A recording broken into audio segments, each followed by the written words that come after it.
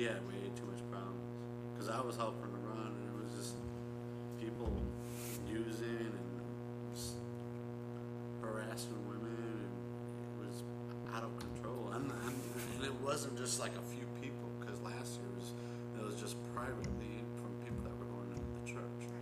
And it was like now she had all the people from county, from St. Olaf, send them there, and they're just like here for food and whatever, like it's lodging. It was just heck. Basically, they were taking advantage of somebody who didn't have any idea what was going on.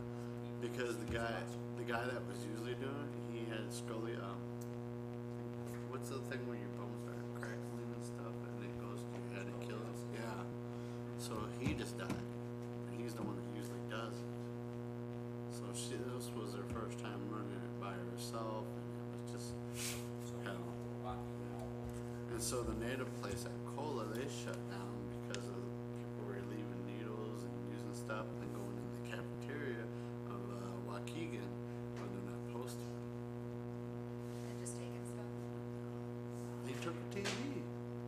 They walked out with the TV. The only reason why I know is because I was volunteering over there at the time. You know, you got to mass a multitude of people coming up here, and you're being overwhelmed with the needs of people. I know They're coming here just to take it. Yeah, because they know they can get 203. One of the guys I know that works at the Opportunity Center, Jay, he does some of the 203 over there with the housing and stuff. I mean, GRH housing. He told me that he can't find nothing around here. He has to send people all the way out in the suburb because a lot of the tenants, they won't take them in because they can get more money just getting people around here. And they're just ruining their place, you know? So it's really hard. Yeah, especially with all the transportation and stuff. Well, yeah, because I saw that on the thing. You know, they had a meeting on the Capitol about transportation and stuff like that. You know, they can't meet up with the means, but they have to do the roads. But people that don't have cars that can't afford cars can't get around either, and it's just redundant. But I know Pastor Becky was going to Houston to look at these little houses, because this program was talking about where you can buy a lot and put a little house on Right. it. What was here?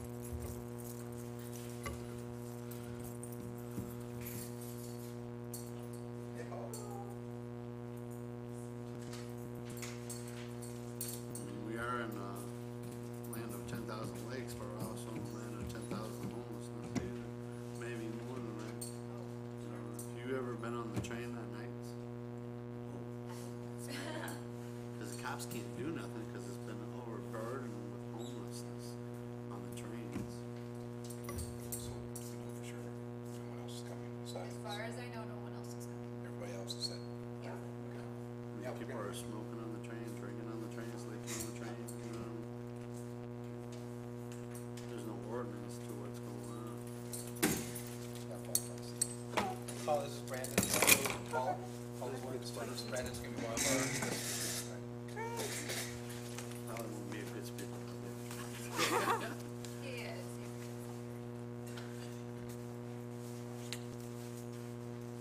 Because you gotta remember, this is the only state. There's like 3 states like this. You know what I mean? So the thing is, that everyone's coming here because it's the land of milk and honey, and you can get this, and you know, you can hustle on the side. The problem is these programs is too short-term programs, and then when it comes down to it, they get their rent bumped, and then they can't pay it. So they're back on the street, and then they're in a circle. Right, Brian? Yeah, see, you'll agree. You guys get a copy of the article? Okay.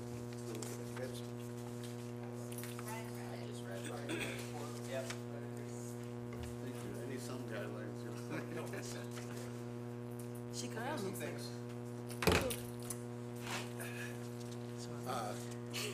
I came across another article, not using it tonight, but it's this nonprofit in Kansas City, I believe. And it's a soup kitchen that is done up so nice that it looks like a regular restaurant. And it has hostesses and it has waiters. It's a soup kitchen. But the meal is done up to restaurant quality. And no one really realizes it's a soup kitchen. Now everyone knows that's where you go to get food, but they don't treat you like you're homeless. And they were interviewing one person, and he said, you know, it's like they don't even know that I'm homeless. The way they look at you, the way that, so I love that as an example. How do we inject some dignity into it? I want to start out with a video that looks at how do we use our gifts, the gifts that God has given us to advance the kingdom. And a lot of times we think in terms of, well, only if I have, you know, preaching gifts, or only if I have the gift of evangelism. Well, God can redeem and use any gift. And there's this top chef that used to be one of the top restaurants that went through a crisis, quit his job, and is doing something else that he finds more worthwhile. So I want to start the conversation there, and then we're going to transition on to some of the things.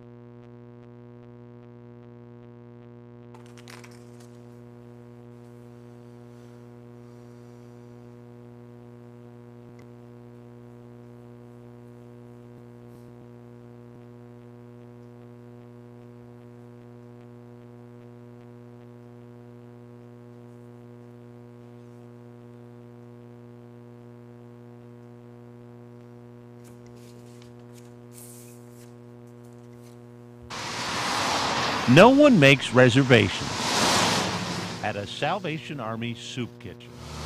No one tips the hostess or asks about the day's fresh catch.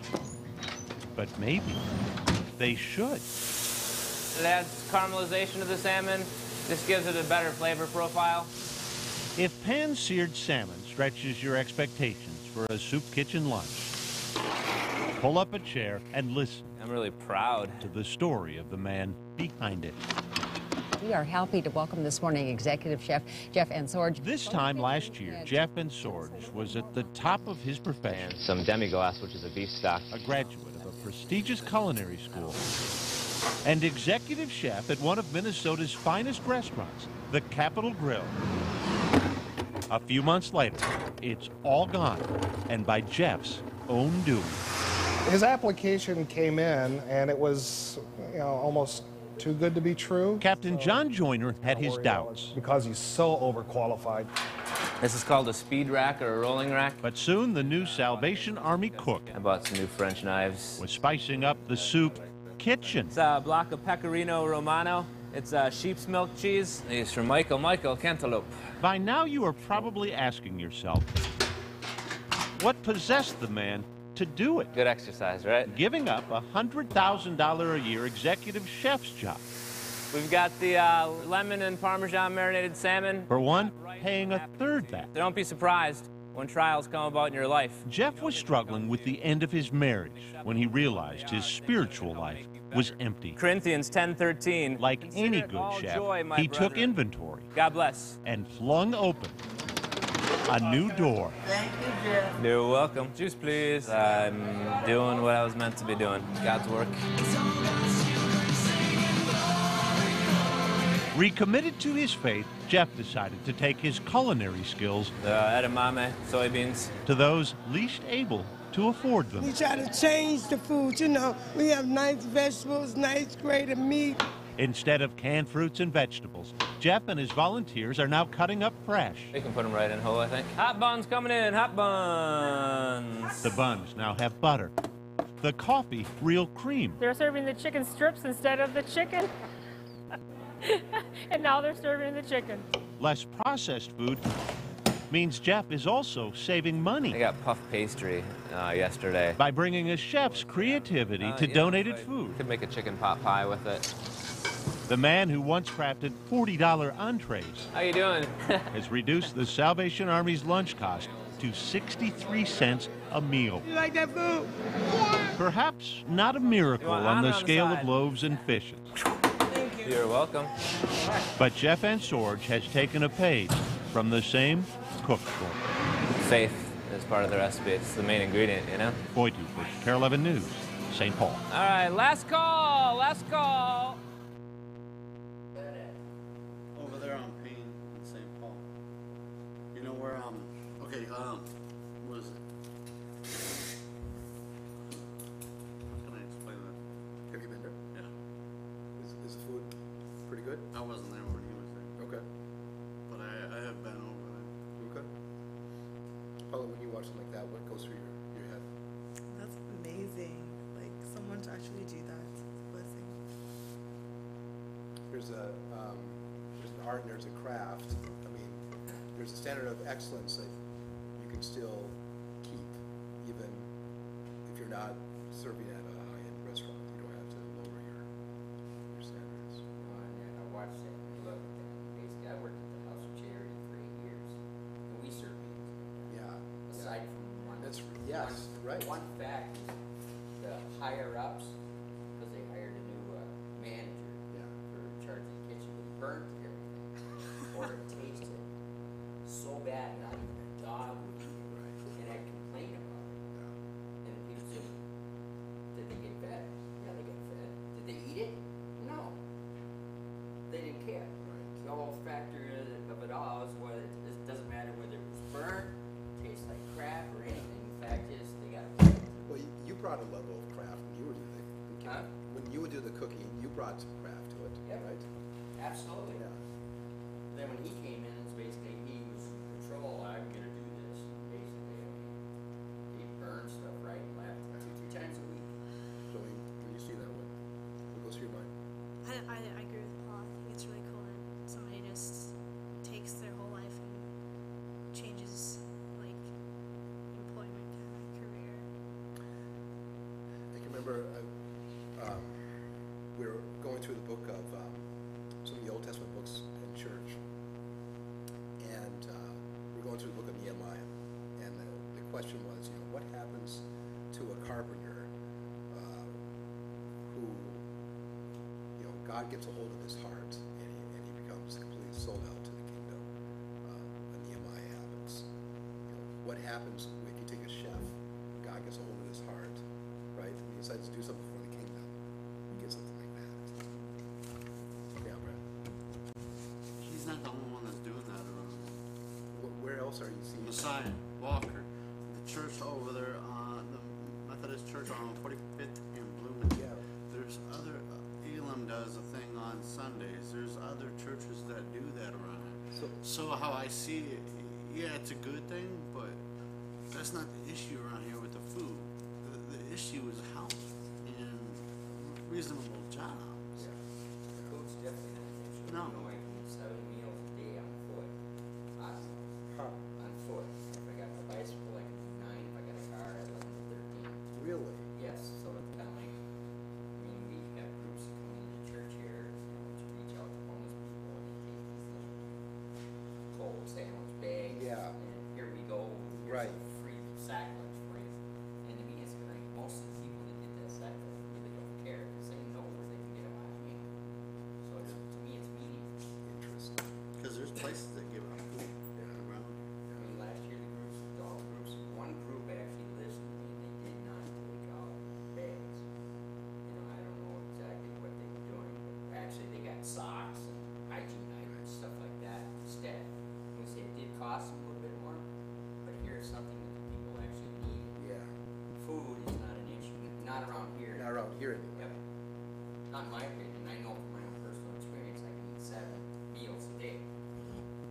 foot. So just meeting someone's physical needs, important, but that's not enough to change the circumstance of what people are living in right now. We need opportunities, we need jobs. We need jobs. housing. We need affordable housing. We need jobs that's going to be where people don't have to work two jobs. When you're on the streets, it's hard to get sleep. Yeah. Okay, because you're worried about your back all the time, where you're at. Yep.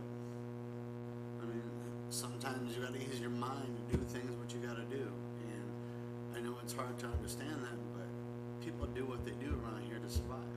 When you go into flight mode, you're gonna fight, and you're gonna do what you got to do, maybe drink or something else, because you don't know these people around here, and these people see some kind of weakness and see that you're not one of them. They're gonna fuck you up. So I don't mean to be like that.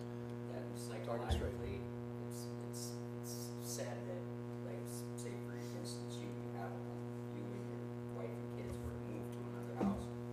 It's said that it takes approximately 30 days for you to get comfortable in that new place before you can actually have a nice, restful, peaceful sleep. I remember you saying something like that. You told me that last year. Yeah, right. So it's, to me, it's an issue because being homeless, you're not in the same place all the time. So you're not actually getting a full, restful, peaceful night's sleep. Never. And it's kind of like, doing what I do upstairs is kind of get people going, how you doing today? I'm great. I slept for 10 hours last night. And then 15, 20 minutes later, you're sitting in a chair. It's kind of, okay, I hear you. But Brian, explain to Paula and Jolene what you do upstairs. Actually, I'm a homeless person, right? But I open up the sanctuary up in the church Monday through Friday, and I serve hot coffee, hot cocoa, hot tea, hot apple cider rum. Because I used to make a homemade soup, and I get Glendale donuts almost every day, and whatever else I could possibly put together to help people, whether it be care packages or clothing. Some people come in as far as being homeless. It's hard on your feet because you're walking around all the time. So I will give clean socks to people, but only if they soak their feet. And I give them a solution to soak their feet to help kill some of the bacteria and fungus that they might have. But I do that Monday through Friday. And I use my my general assistance and my food stamps to pay for it. So, but that's what I do. How long have you been doing that now? 2 years. 2 years. I've been assaulted 4 times in the process of that. I have 2 restraining orders. I just had my head split open like 2 weeks ago by someone that didn't want to let into the sanctuary because he's been coming here and cussing me out, being disrespectful. But twice in a week he was beating on some lady, and my impression of what I was seeing was he was trying to beat her into submission by being his prostitute. It's kind of, you need to get out. So he waited for like 5 hours up behind the church waiting for me to come out, and he basically knocked me silly 4 times. What questions do you guys have for Brandon or Brian? I heard about you from from Miss Cheryl Rich from the Riches, and I wanted to volunteer to help out, but I never found the time that you were actually working on. And I promise that I'll have the doors open 11 to 3. I usually don't open like 9, 10 o'clock. But I only promise 11 because if I get a doctor's appointment or something like that, because in reality, I had a 700-pound crate back on me, so I have a very bad back. So I was doing a lot of doctor's appointments. And I like to be a man of my word, so I said 11 o'clock. Even though, like I said, usually What days of the week is this? Monday through Friday. Monday through Friday. I also noticed that some of the dealers on the corner come and stand in front of the sanctuary. I tried to do the best. If you'd have been here when I first started, it was a total nightmare. It was, 60 to 100 people a day, and there was fights with selling drugs, doing drugs, and sex in the bathrooms, and so on and so forth. There was a raid at least once a week, if not 2-3 times a day. There was stabbing and shooting. And if you look at the crime report for last year on this corner, nothing. Still happening if you go across the bridge or go to PB Park in Chicago. It's still happening, but it's not happening on this corner.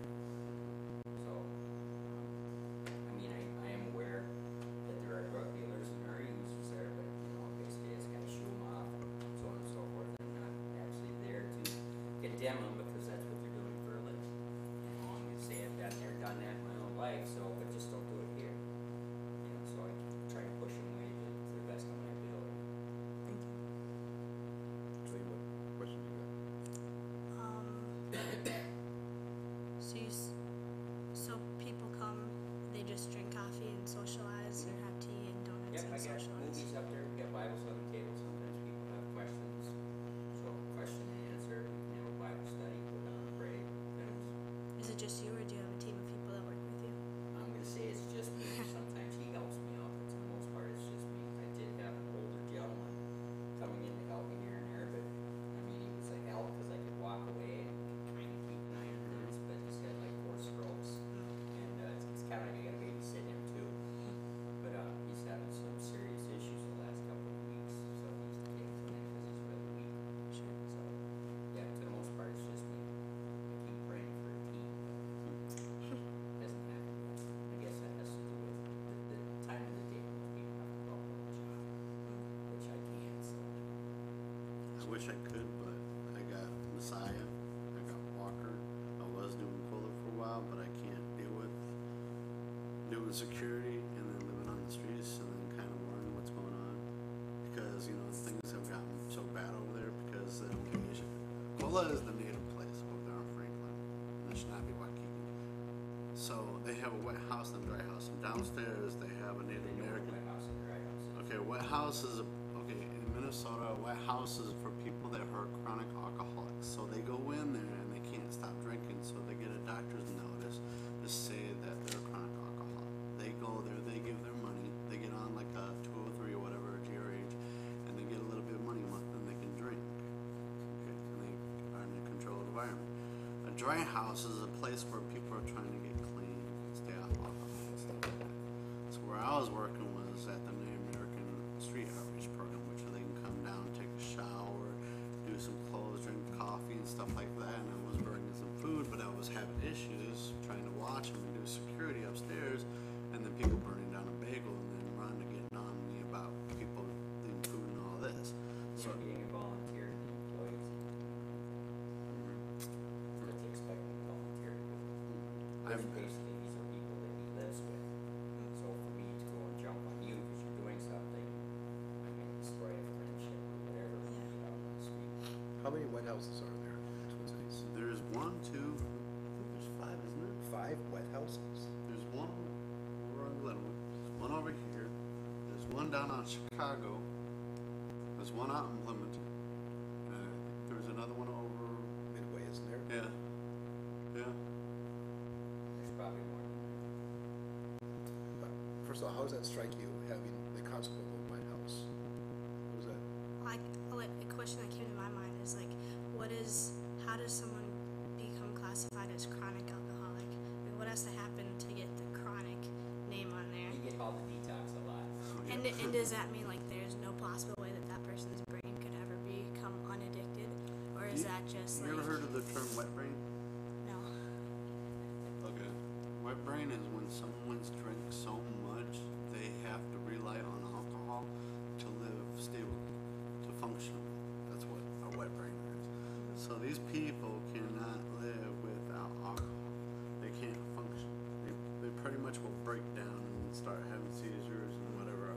If they quit cold turkey, it can be toxic and it can be, they can die. But it is possible for them to be sober at some point, but they have to decide to want to do so. In a lot of realms, when you're talking homeless people, a lot of homeless people are using some type of narcotic or alcohol or whatever. And the term by misery loves company. You're my friend because we can be used together, not that we're really good friends, but we can be high together so we can relate. Right? So misery loves company. You know, and that's basically going into say like me being an alcoholic and also they stop drinking. And all these people that used to be my friends are not my friends anymore. How come? Because I'm not in their miserable comfort. Have you guys been to the one in St. Anthony? Or it's called St. Anthony's, I think, in Midway. It's run by Catholic Charities. A wet house? A wet house. Interesting. And I had such negative connotations of what a wet house is. To me, when I first heard the concept, I was like, what, are you giving up on these people? You're saying they can't change? So this is back when I was executive director for Freedom Works, and George Lang was program manager. He's now the executive director there now after I left. We were talking about this White House, and I said, can you imagine this concept of a White House that you can go there and you can say, so well, do you want to meet the executive director? You know him? He said, yeah, we used to do crime together. We used to get high together. And called him up and went over there, and I am telling you, it's there's two wings, and there's like 8 stories tall. One side is a wet house, and the other side is people who are trying to get clean too. And eventually the idea is that some people move from staying over in the wet house, and they eventually come over to the other side. But you walk in, and the whole place is so modern. It's that polished concrete that just glistens, you know, and every floor has a library. The rooms are all concrete, so they can be sprayed down.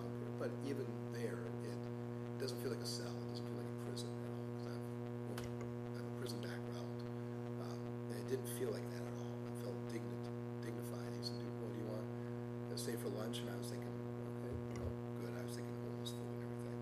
I'm telling you that the chicken sandwich rivaled that of Chick-fil-A, and it was so clean, and the portions were so generous, and the people were so dignified, and it's like, oh my goodness, you are really setting the bar so high for this. And they completely upended every expectation. I said, well, don't you have like, you know, AA meetings or, you know, I said, well, we offer them, we know, we tell them where they are because there are like 5 of them within walking distance. Do you guys do any organizations like outings? Well, you know, we used to, we'd say, how many people want to go fishing? You know, okay, meet tomorrow 8 a.m. 8 a.m. happens, no one's there. You know. But they partner with a lot of different organizations. But you go there and you have to check out your alcohol. And there's only one place you can drink. You can't drink in your room. There's a public place where there's like a courtyard place. And it's a shelter, so it's raining or cold. Oh, it's kind of like Glenwood, okay. Yeah. And that's the only spot that you can drink. You're free to check it out. No one asks you. Basically, it's people that nagging them they've heard everything. But every once in a while, Bill says, every once in a while, someone will come over from the wet house side, knock on his door, Bill's door, and say, okay, I want what you have. You know, so but it's not playing this aggressive, guilt-ridden, shame-based. There's just so much dignity in that. So, boy, that's where my cafeteria is too. 6 to 10 loving touches a day. Yeah. And say, Right. especially Some people put down because they smile or how they look or how they sing their beard strike. You know what I mean? So a lot of people judge people, which I think is wrong. Because I think you have to have empathy and understanding for that person to understand what happened. Some of these people are good people. Some of them have just been broken down that they don't give a flying fuck. Yeah. You know, I'm just. Let me ask you a question. How closely knit is the homeless community with each other? Oh. Do you guys know each other? Yeah. Around here. real close to the point where I'm sitting next to you, Yeah. turn your head and feel your phone.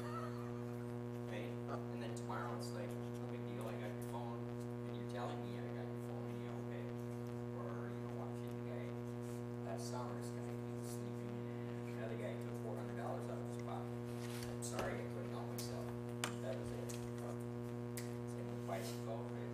You got a bicycle, and somebody steals it. And then that was the bike I was riding yesterday, but it's kind of like, for the most part, they don't fight about it. It just surprises me that, you know, they're basically stealing from each other, and there's really not a lot of argument or violence behind it. Interesting. Brandon, what?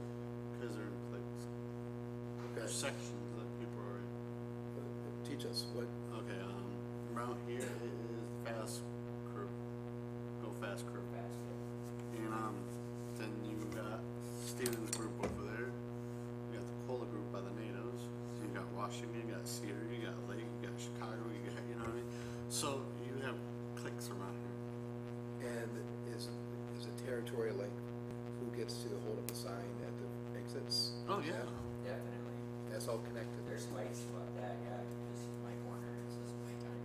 Have you ever been around Cedar Creek? You see those brothers? You come home stepping on the ground, they're gonna toe to toe with you. You know what I mean? I mean, if they don't know you, if you ain't been around, you ain't familiar with them, here you go. I mean, that's just how they are. Because if you haven't been around, you haven't drank, you haven't done anything with them, they don't know if you're a cop or a snitch or you know. That's just how it is around here. What would a cop want to do? Or what? Cops don't really do hardly anything around here. I can drink 40 behind them. The cops? No, that's Oh, that's the fear for the cops. Because cops are trying to be lenient with certain people, but there's an overabundance of trying to write paper and then put someone that's homeless in jail. And then that person's just going to get out because they just did a little small crime. Yeah. And what can you do about that? You know what I mean? A lot of these people, we're kind of like a family in a way, and they're kind of not. You know what I mean? Sometimes you still got to watch your back in turns, you know what I mean? Because you might get your stuff stolen. You might get someone come up and jack you right in the jaw or whatever. You know what I mean? Because they might think that you might have money or something. And around here, that's how it goes. It's not fun, you know what I mean? That's life around here on these streets, you know? Do you think cops ever think, oh, if I like arrest this person and I put them in and they have to stay in jail, at least they'll have like a warm place to stay? Oh, brothers do that in the wintertime anyway. I'm not joking. It's getting too cold. We're gonna do a series of crime to go do. Hotel about 3 square meals and a cock. Come on. But then that's on your record too, right? Sometimes. Honey, let me tell you something. I lived outside. I've been out in the cold. I know how it feels to be cold. And when it gets really cold below zero, you can go until it hits below zero. When you're in below zero and you're outside, your body temperature drops when you're sleeping. Now, add that with the temperature when it's cold and negative below, you're gonna start hurting. Your feet are gonna hurt. Your arms are gonna start hurting. You're gonna start pulling yourself in your coat and everything, your tent, your sleeping bag, and everything else. Then when you get up, your boots are gonna be so cold, you're gonna it's bad. People, it's horrible living out here in the winter time. Old lady comes here once in a while, lost 3 fingers because they got frostbite this year. She only had 1 glove. I mean, it's not like they don't have shelters and stuff, but this year has been so flooded with people that they don't have the means to have everybody. Shelters aren't safe either. No, shelters are really bad. Shelters are not what they pursue. It's like a concentration camp. There's shit going on that they don't want to do. I'm safer outside than I am inside a shelter. Shelters got cliques, and if you're not part of the clique, you know, Is that your experience too, Rick? For the most part, I guess. You'd stay away from shelters? I try to stay away from shelters because in reality, they're gross. You know, you get this bed. Basically, you're dealing with a bunch of people that stink, and there's a lot of snoring and whatever. It's kind of sick. You're tired of rattling over this way, it stinks. I'm tired of listening to girl over this way, it's another stink. You know, so I mean, I've spent some times in shelters. They used to have St. Stephen's up here. Used to do a lot of. They don't do it anymore. You used to go in there, basically put your name in. Basically, they called it the lottery because every money you could go in, you could get a 30-day bed in one of the 3 shelters in the area. But they don't do that anymore.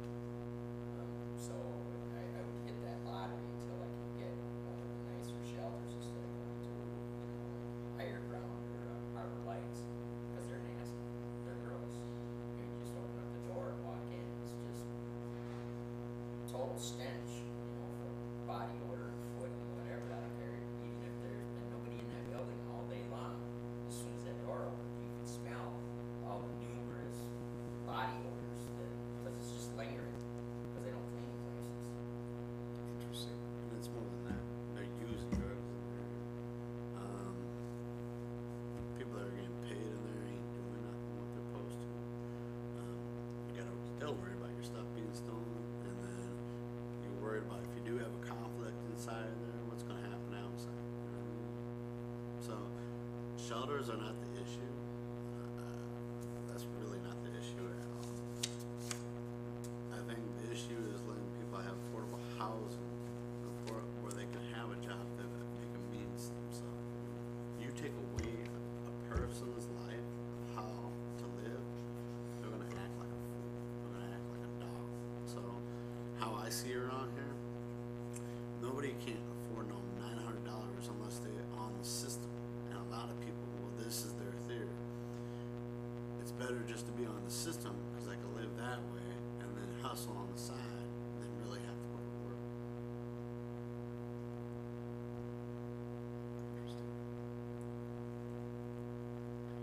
So what is your living situation like right now? Where are you guys living? I live outside. You live outside right now? My van. Your van?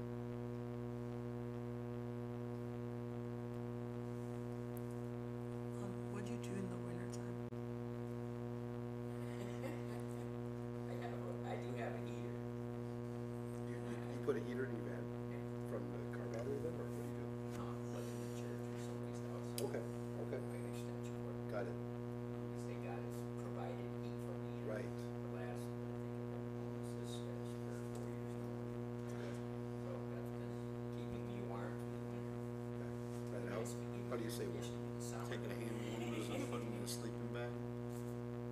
Because you're talking about 90% of that sleeping bag reflects heat, and then your body warmth, and then the hand warmer, and that's 20 degrees warmer with that. So think So of what one hand warmer, two hand two warmers? hand warmers. Two hand warmers, you zip up the sleeping bag all the way, or? All the way. You have to sleep all the way. I mean, you can't let your body heat go out. I used to have some groups that came in from out of state. Yeah, right. Do homeless stuff. Yeah. And sleep outside. It's kind of, what are you guys doing? Because they're sleeping on the tar. Oh, that's the worst thing. You know, and they're out there. It's like, whoa, you guys, go lay on the grass. Go over the thing over there, grab some cardboard, right? Lay your sleeping bags out, and because it's boy, girl, you know, switch, alternate, you know, heads this way, right? And then basically get under the covers, put the sleeping bag over your head. You'll warm up. You seen your mummy bag, right? Yeah, it comes out. So when you get extreme cold, you have which is called hard shell, and then you have a line, and then you have your sleeping bag, and that helps you. Got it. If you're really outside just with one sleeping bag, you're screwed. So that's why does the cardboard help insulate? at all, Okay, right? because when your body is on the concrete and your body's temperature is dropping, Yeah. that cold is going back into you. Right. So when you got something, that padding, have you ever been camping? Yeah. Okay, you know you got Yeah, right. Yeah. But even a refrigerator box would be nice. I mean, they do that at a church in Chicago. They have refrigerator boxes. People come, this is your box. You put it out there and you sleep in it. And tomorrow morning you fold it up right in here and we'll stack it. Come back, because I'm going to say, you go there at night and you see a bunch of cardboard boxes in the parking lot. So that You go helps there in with the morning and it's all cleaned up. Right. But that helps with the Stacked. wind, right? So there's no Well, wind. then you got your breath again. It helps heat it up. And for that night, It you got little circulates, candles, yeah. Little candles. So yeah. But the thing is getting out of it. Yeah, how do you get out of it once you use it?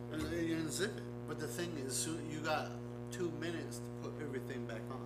You don't keep your coat and everything back on. Got it. You gotta take that stuff off. Yeah, right. You can't even have your shoes. So you gotta take that stuff off and then go in a sleeping bag when you wake up. You got a certain time to hurry up and put that stuff on before that chill starts breaking in. Any other questions for Brandon? We're gonna watch the video in just a couple minutes. I talked to a man one time who said it was $13 to sleep at the Salvation Army on a second floor or something. I want it's infested. That is so crooked of a place. I'm sorry, but you got what's that called? Bed bugs. Bed bugs. I don't think I would want to sleep with bugs. And it's maybe $13, but not everybody. They don't have so many beds. Yeah. And then you still get the issue with, because basically you're getting a bed and you're sitting in a little cubicle with 8 or 10 other people, right? And you get along with these people,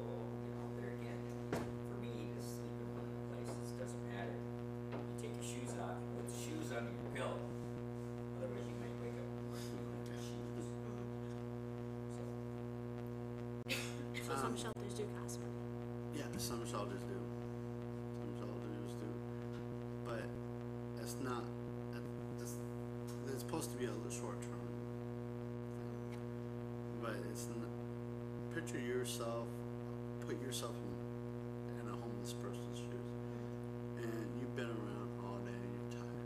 You can't go to sleep anywhere because it's hard to go to sleep at places because they wake you up and you're tired. And then you go to these places and these people have their radios on, talking, and they're stinking. And you go to the bathroom, there's piss on the floor, there's shit in the showers. You know what I mean? You go to the smoke room, someone's smoking a joint, they're passing a bottle, or they're shooting up something up, and then you're trying to lay down. Sleep and you're up till maybe 3 o'clock, and then you got to get out at 6 o'clock in the morning. Okay, you're still exhausted. Then you got to repeat that over again. So you go to this place to eat, or you try to go get a job, and you're exhausted, and you make your money. Then you go back, and you're still exhausted. Probably 95% of the people that pay to stay in a shelter, they get their money at a voucher from Mary Jo. They don't have money in their own pocket.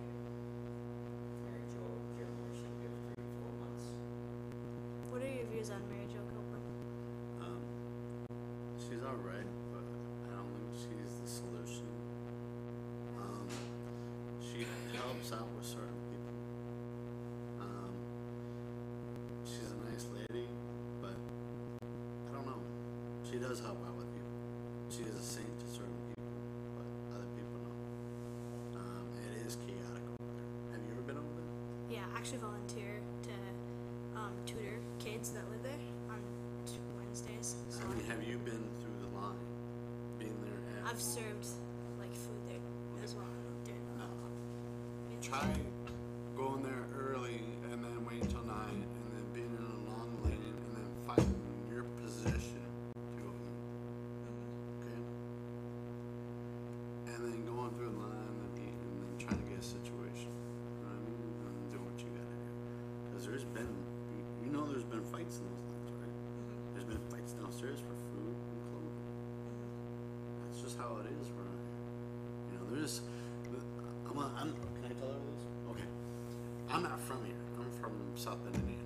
And I'm gonna tell you one thing I've never seen in my whole life.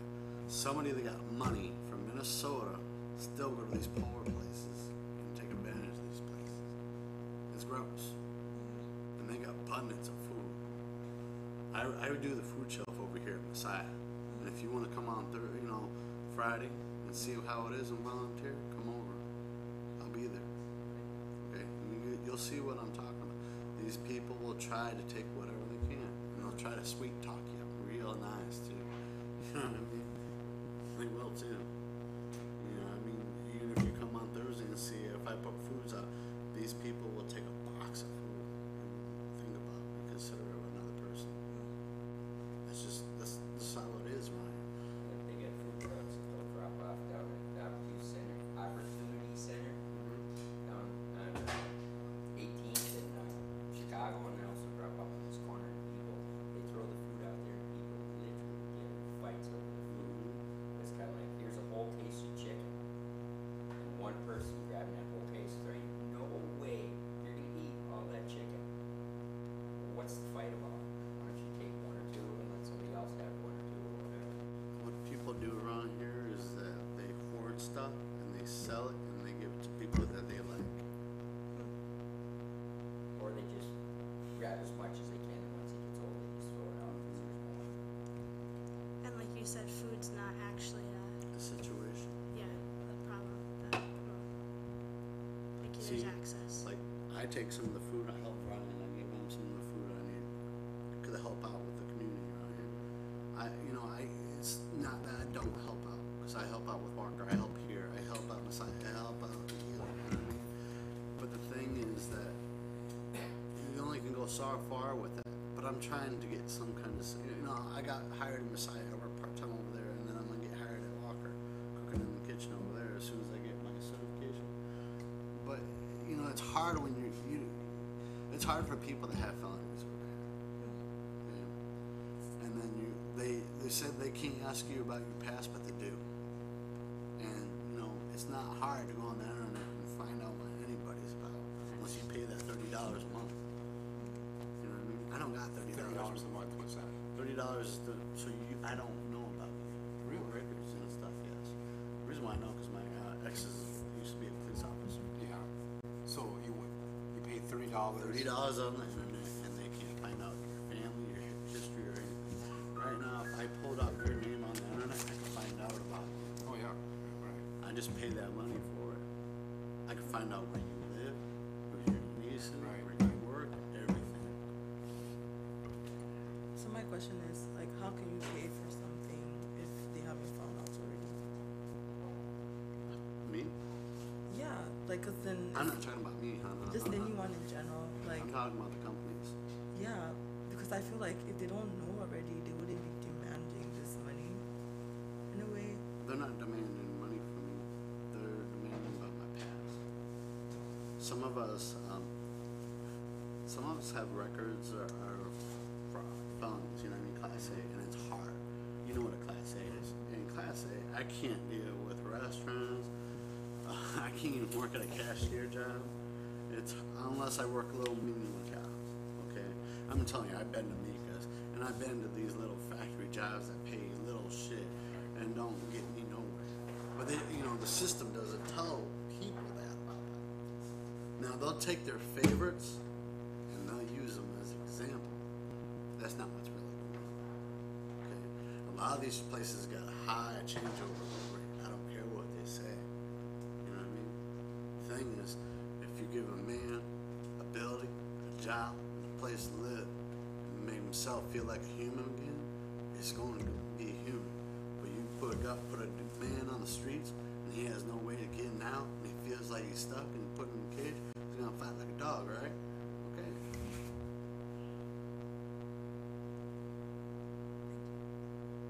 Jennifer, your thoughts on this?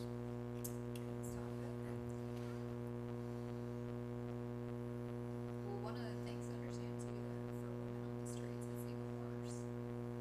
Because if either you sell your body in order to pay for drugs and alcohol and anything else, otherwise you're constantly being attacked. I had a friend of mine who was at Purple Lights, and she said she would always make sure that she got the bed in the corner, and she would like sleep half awake constantly, because she said if she would ever fall deeply asleep, she'd be attacked in her sleep. She said, yeah, and she said it's absolutely horrible. And so usually for women on the street, they usually have to find somebody, and they usually have to give them favors for protection. So especially for women, it's really bad on the street. This is for sex trafficking and stuff like that, prostitution. It's really high in the state. Very high. And it's sad to see these women. I mean, if you meet a lot of these women, they have children, and they don't even see their children. They talk about them, but they don't, you know what I mean? It's sad. Because they have no way of get out of this. Because they do have to rely on somebody to protect them. These guys are not fun. They'll take advantage. Brian was saying with that one guy and that one girl, they will be in submission to what they can get out of you. You know what I mean? And there is places for women, but it's only for short term. So it's not a long term. That's the problem. They got short term things for people around here. There's nothing to really, you know what I mean? And when you got a demand of people coming in and the changeover, it's not helping the situation. Okay, I want to segue to the video. Brandon, you set it up really well when you said that it's not just about food. That's not the only need that homeless people have. So this video was done, boy, I'm thinking 10 years ago, close to 10 years ago, up in Canada. What they did, they placed an ad in the paper,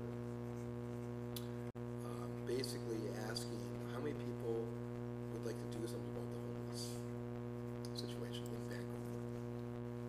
And they said one thing that can really make a difference, they wanted to test this out, is the role that mentoring can play, of having people walk side by side with people who are wanting to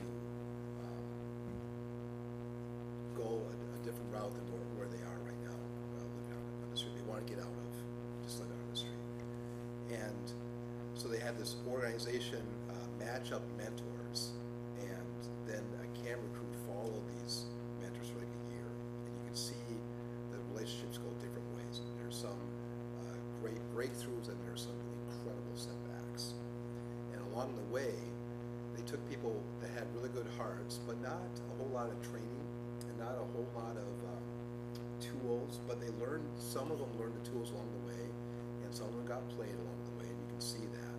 So what I'm interested in having us watch this, and I've seen this one of those movies where I've seen maybe 15 times at least. It's about an hour long. I'd like us to watch it with the eye of trying to get smarter. How can we go about making a real difference? What does it take to make a real difference? And so keep track of how we, if you want to do a, do we have a form? Yeah. Friend, you're free to watch or take notes if you want to take notes of things that you would do differently. Like if you were in a position of coaching these mentors, Brian, you've seen it before. I want you to watch it again now with the idea of what should these mentors been told, or what would have helped these mentors be more effective. So can I add something to this? Yeah, go ahead. 6 years ago, there was a house down here, love duplex. Basically, it was a crack meth house. Yeah. The whole place just was horrible, stunk. I mean, everything was bad. And basically, I rebuilt it into 10 homeless people and taught them a trade, which was carpentry. Basically, they came to work. This is what time you need to come to work. You know, and this is what time we're done, unless you want to work extra time, and they got paid daily. And it was a really good feeling to see them coming to work or walking down the street with clothes on or baking groceries. Not that they all used the money for that, because they did do their part, and right, there was the point where even a couple would come to work and just wage wedge. No. I like your ethic, and you want to learn, and you're willing to, and will you work, and you're here on time, whatever. But if you need to put a bench, go ahead. You're not going to get fired because you didn't show up to work. When you sober up, come back. Out of those 10 people, one person, he actually is married now, has a union job, owns his own home, is married, and has 2 kids. So I want you to watch this, almost like you watch, if you watch a horror movie, sometimes you're watching them, don't go down that hallway, don't, right? Put yourself in the position of a mentor. Just pretend that you guys are going to be mentors, and be looking at what they're doing, and write down the times where you're thinking, oh boy, that looks like a bad move right there, bad decision right there. Like what you would be doing differently, and then so we'll talk about the mistakes that they made and how they could have done it better. So it's about an hour long. Free to get a cup of coffee.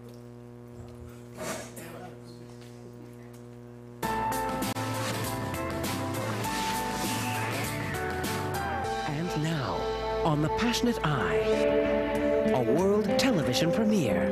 If you could get one person off the street, would you? Hey, Dance. Could you? How you doing? It's a lot more frustrating than I anticipated. In Devil Plays Hardball, homeless people and mentors meet their match. Hang on. Brent, it's your mentee. I am a better man than you. And try to tackle Canada's homeless crisis. One person, one step at a time. It tests everyone involved. They're absolutely doing nothing. Not leaving, so let's get this over with. It's complicated. I don't want to go when you want me to go. So I don't want to go now. It's up close and personal. They're trying to get us to split up. If you can't see it. With a population most of us ignore. Can one person really make a difference? Devil Plays Hardball.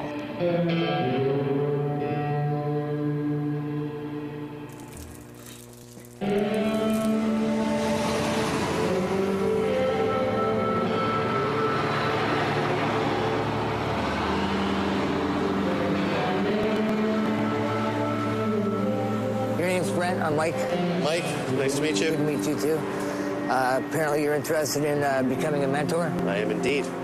Well, I'm interested in becoming a mentee. How old are you? I'm 34. 34. I'm 38. What do you do for work? I'm a lawyer.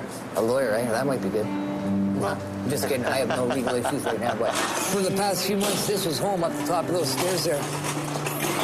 Michael wants to be part of our bold experiment to see if we can help people like him beat the odds and get off the streets of Vancouver. We're all sick and tired of stepping over bodies. Good luck to you. But can we as individuals make a difference? This is a trial run to see if mentors working one-on-one can help a few homeless people achieve some basic goals. And what I want to get out of this from a mentor is to have somebody that I have to answer to. Michael's screening the mentors for us, and at the same time, choosing one for himself. When I was a little kid and you came up to me and said, you know, what do you want to be when you grow up? I didn't say a heroin addict. Do you want to get off heroin? Yeah, 100%, yeah. Well, I want to know, too, I suppose, why you want to become a mentor, why you want to do this. I want a first-hand connection with somebody. I can raise the money and I can go to big corporations and ask them for money. You know what I'm seeing right now? You want what a drug addict wants, some instant gratification. We put out a call for mentors, and the response was surprising, considering we need a 10-month commitment.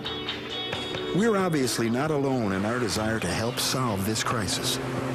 Ian, you got rid of the beard. Then we just need to start developing a plan, and plan has to come from you. I know you need a drink, I can just tell. Okay, tomorrow night. So what I like about this project is the opportunity to work one-on-one and see if we can make a positive change. I want to have a family someday, and I want to have a kid, and I want to have a house of my own and stuff. And Here's what I say to you.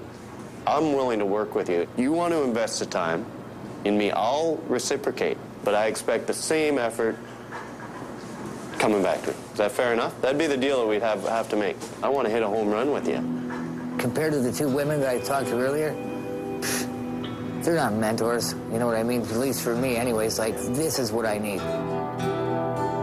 Another volunteer, Susan Evans, is ready and now just waiting for our call. She's the mother of 4 adult children and is used to fundraising for nonprofits. But this is going to be a whole lot different from a charity ball. One by one, I think that we can make a difference in this city where clearly there is a problem.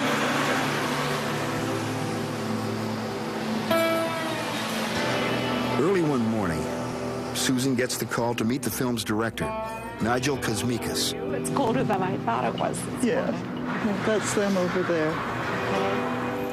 They do come as a couple. He's 24, she's 17. Matching mentors with the homeless is Nigel's idea. We're all taking it on faith that it'll work. But is it really that simple? Adrian. She's found Susan a young couple, Amanda and Adrian, who are lost in the big city and who can't resist being on TV. Amanda, Adrian, this is Susan. This is who I wanted you to meet. Nice to meet you. Good morning.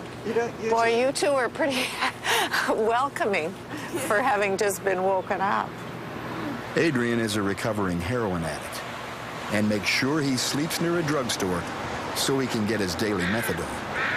Here, do you want me to let me do that one? You do the other one. With Susan's mothering instincts, Nigel's hoping she'll take both Adrian and Amanda under her wing. When you say you dealt with that addiction, how did you do that? She told me if I didn't, she'd leave me. He's pretty lucky to have you. Yeah, well, if you say that. Yeah. Our experiment depends entirely on the desire to help and be helped. Yeah, I did. With Christmas a week away, the give and take comes easy. Do you have eggs, Bailey? Yes, they do. Yes, sweet. That didn't take long, eh? No? They knew exactly what they wanted. She doesn't look like this. Usually she looks like really dolled up. You are beautiful. I've never seen your skin is so perfect. I'm probably blushing. No, that's okay. So is it hard being on the street? It's hard with the comments you hear and how people treat you. It's pretty rough. I bet your mom would be pretty happy if she knew you had a place to live. Going there for Christmas. Christmas is not very far away, you guys. I know. You know that, don't you? Yeah. And is your mom looking forward to having you both there? Mm-hmm. Yeah. What would you say that your goals are? Your first goal is housing. Yeah, first goal is housing. And then Schooling. Schooling, yeah. I'm available For both of schooling, you. yeah. We just need somebody to be there, like, to kind of push us. That's the kind of thing I can help you with maybe a little bit. If you need a ride to the ferry, I can maybe do that for you, whenever, depending on when you're going. Yeah, that'd be very great. We need somebody. You know, if we can just keep in touch a little bit. And I am happy to give you my phone number. Thank you. Merry so Christmas much. from me. Oh, thanks. That's all. Doesn't happen every time we meet. Goodbye. Merry Christmas. And go home. Yeah, See your mom. I will, Hopefully definitely. things will work out. They seem to very much care about each other, and he certainly is supportive of her. You want to be their wing? Yeah, I want to be their wing. So see what they say. A few blocks away, on the edge of Vancouver's downtown, Michael's found a roost in this warehouse. Totally illegal. Michael, we want to see where you're sleeping. No. It fucking stinks up here, man. Michael, isn't this better than sleeping in a doorway? Yeah, it's better than sleeping in a doorway. Just fuck. So, is there any water here? Nope. I gotta go pee bad too, so that's why I'm trying to hurry things up. So where do you pee? I'm gonna pee into a bottle or something as soon as I find one. When Brent Lowen isn't mentoring Michael, he's a civil litigator who deals with some pretty complex issues. But nothing in his legal career has prepared him for the likes of Michael.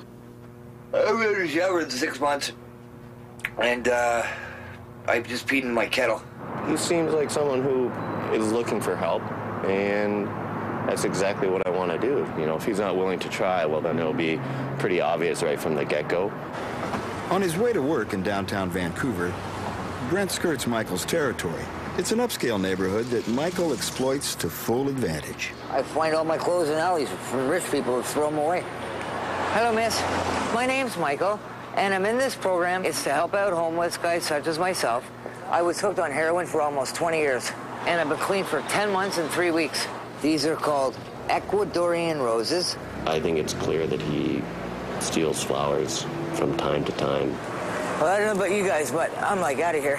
It's better than breaking into cars. Thank you so much. Bye-bye. Thanks, miss. Wow. That's really generous, sir. Thank you so much. Right on. Hey, you want to meet me in the back? My drug dealer. A day hasn't gone by in my life that I haven't gotten high in 20 years or something, you know? It's like, I don't know anything else. Anything else. You have no idea how scared I am right now. Sorry, we gotta wait.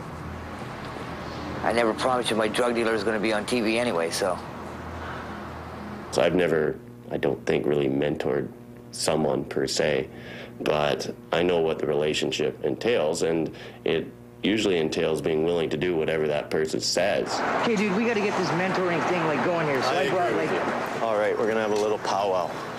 Do you want to know where I want to be having a coffee 1 year from now? To the day? Tell me. Somewhere right there in Yaletown, standing outside my flower shop. Dude, I'm running out of time here. I'm like almost 40, you know? We gotta move fast.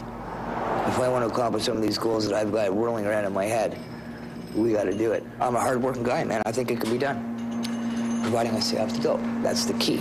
I truly believe him when he says he wants to beat it. The question is Kenny, when can we go to this doctor's clinic? Because we got to get that set up ASAP. And if it's tomorrow morning... Is today Sunday? Yeah.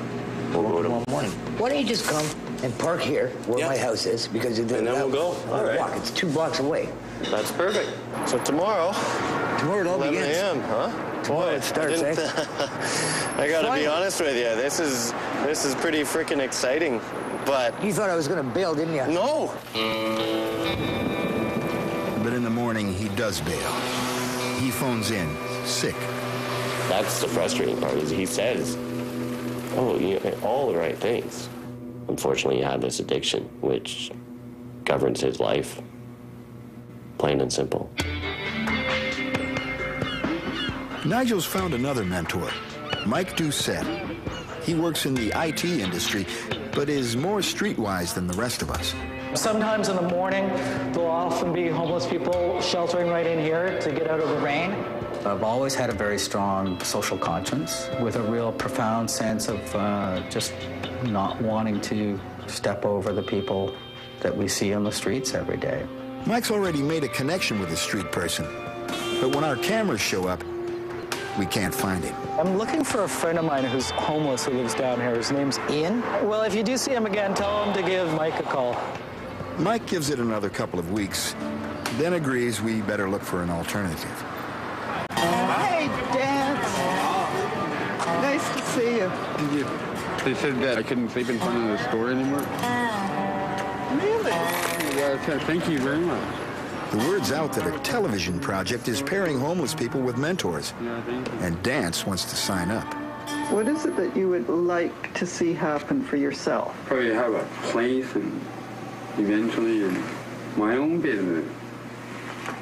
What kind of business? Art. Dance rarely strays far from this corner, which is close to where Mike lives. This arty neighborhood suits Dance perfectly, since he's an artist himself. My name's Mike. Dance? Hi, nice to meet you. He's found a good place to make his home, so to speak. I got this the other day, too. This is a great one. Check it out. Well, that's Somewhere I found that. Free from creators. Free from the creator. And Mother. Dance is a wonderful gentleman. He's remarkably well liked. Good morning, Banana. Fantastic. He says he has a university education. He's been homeless for quite a number of years. And I'll look for a chess set for you. See if I can find one for you. That'd be very cool. Okay, cool. Well, Dance, it was really nice meeting you. Very nice. Bye-bye. Ideally, it'd be great to help Dance get into housing. I mean, I think that would be a huge step forward. Think you two could be friends? Yeah, I'm friends with everybody.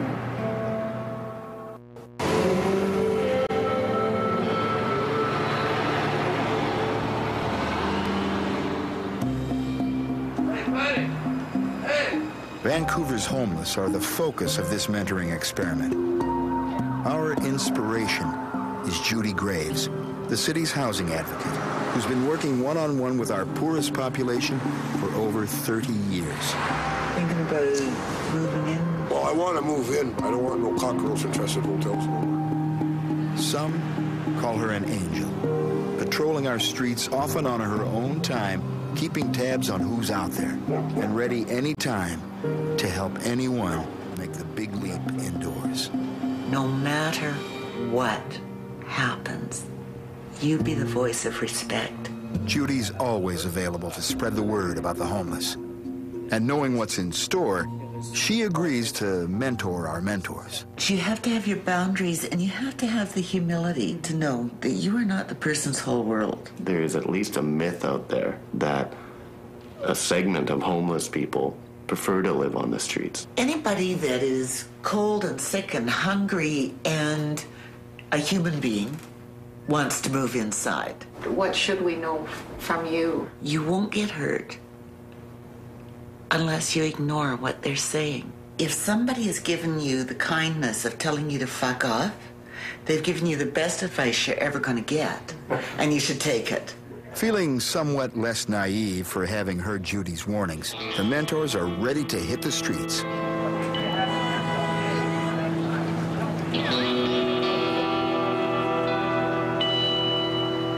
Spare $20 for the hostel?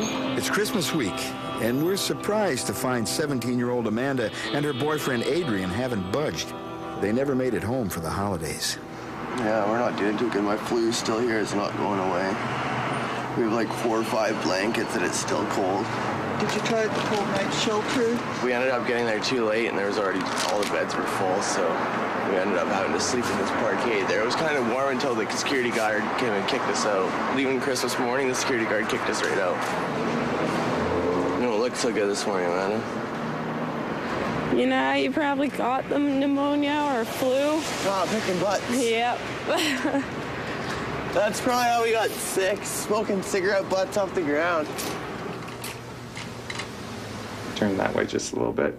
Good. So it'll go Well, it's hard to get inside when we're like living outside because there's so much other stress on top of it besides just finding a place that it's overwhelming. These kids are going nowhere fast. They seem truly ready and willing for a little serious mentoring. So whereabouts in Vancouver do you live? I live in West Vancouver. Oh, the nice part of Vancouver. Susan's putting in a lot of time trying to motivate them, but they're either too hungry or too tired to search for shelter. So where did you live before? You've been on the street for 3.5 months. Where we had a basement suite for a rented. Was that our last place together? It was, wasn't it? Mm-hmm. Whoa. They were pretty unhappy. It had been a cold night. They were unsettled the whole night. Here, sweetie. I gave them the money to stay in a hostel. You know, said to them, shower and get cleaned up so they looked like desirable tenants. In the morning, they've mysteriously disappeared. They are not there now, and he doesn't think they checked in yesterday.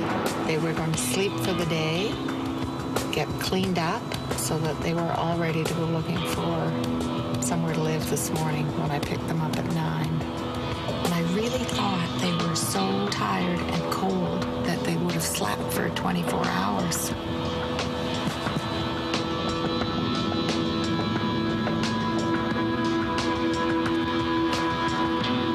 Judy Grace had told us this could happen. You can't rely on them.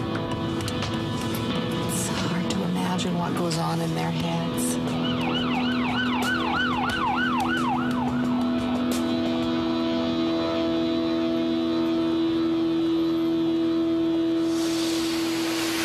While searching for homeless candidates, the film's director, Nigel Kosmikas, becomes involved with a woman who lives at this bus shelter. I just kept running into her. She was always there on my route. So I would just see her constantly, and I would stop. It is so awful. Where did you spend last night? At the bus shelter. I thought I was going to scream. I was so wet. Even my sleeping bag was soaked. This is a self-imposed silence. She believes that it's easier for her to communicate by writing than by speaking. Erica hasn't had a decent roof over her head in 8 years, but she'll have nothing to do with our mentors. Having befriended her, Nigel feels she has no choice but to take her on, her and her bags, which never leave her sight. You never know when I'm going to need something from my bag. That's true. Next summer, I'd like you to hold this jacket. I can hold on to it, but by next summer, you'll be living in your own place. The first couple of days that I met you, your goal was to get a sleeping bag. Or what was the other goal we talked about the night in the rain? You want a really big knapsack. Welfare, housing, job training. These top our priority list. But Nigel's discovering the homeless may have a different set of goals. Already I know that if we make a little bit of difference, it'll be a big thing. We all want the homeless to aspire to the things that we aspire to, and it's just not going to be that way.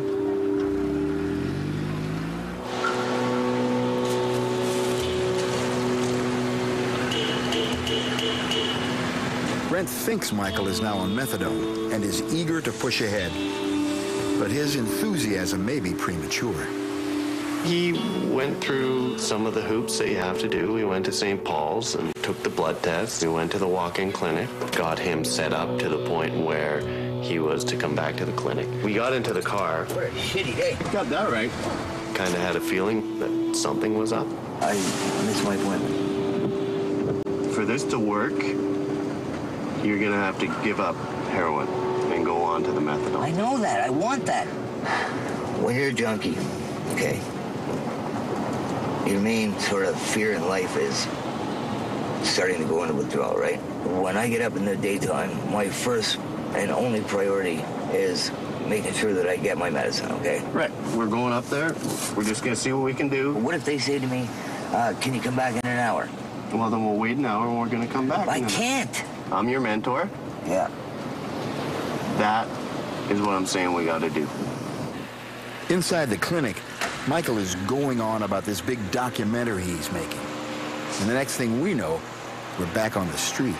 There's a different guy at the counter, and he was hands off. I thought we might be able to get you on methadone today. The next thing I know, whatever you guys did in there, I got kicked out. For me to go in there like I'm some retard and have to have him do all the talking and stuff, I deep down in my gut, I knew it was a stupid, bad move to do, right? For me, was a huge disappointment, because then I start feeling guilt, because I'm thinking, well, what if he ODs tonight? I should have been able to get him that methadone. He's in a dance with the devil, but the devil doesn't come at you directly. Devil plays hardball, and you're waiting for a miracle that happens on God's time. He's pretty naive when it comes to a lot of these things, but I will have him, he will learn in the next year a lot of things from me, I'll tell you that.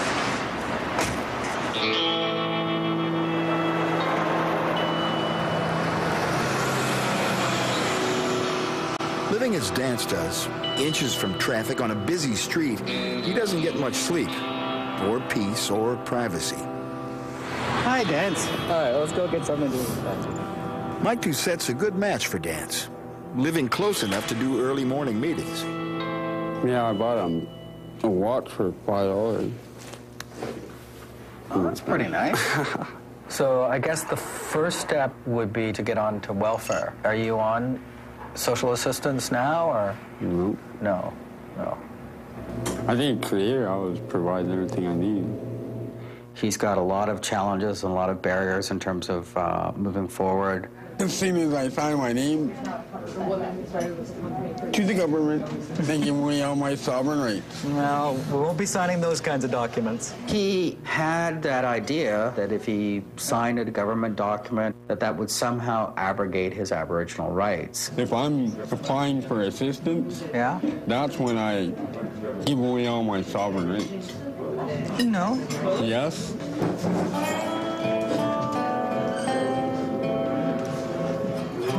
That could be a problem.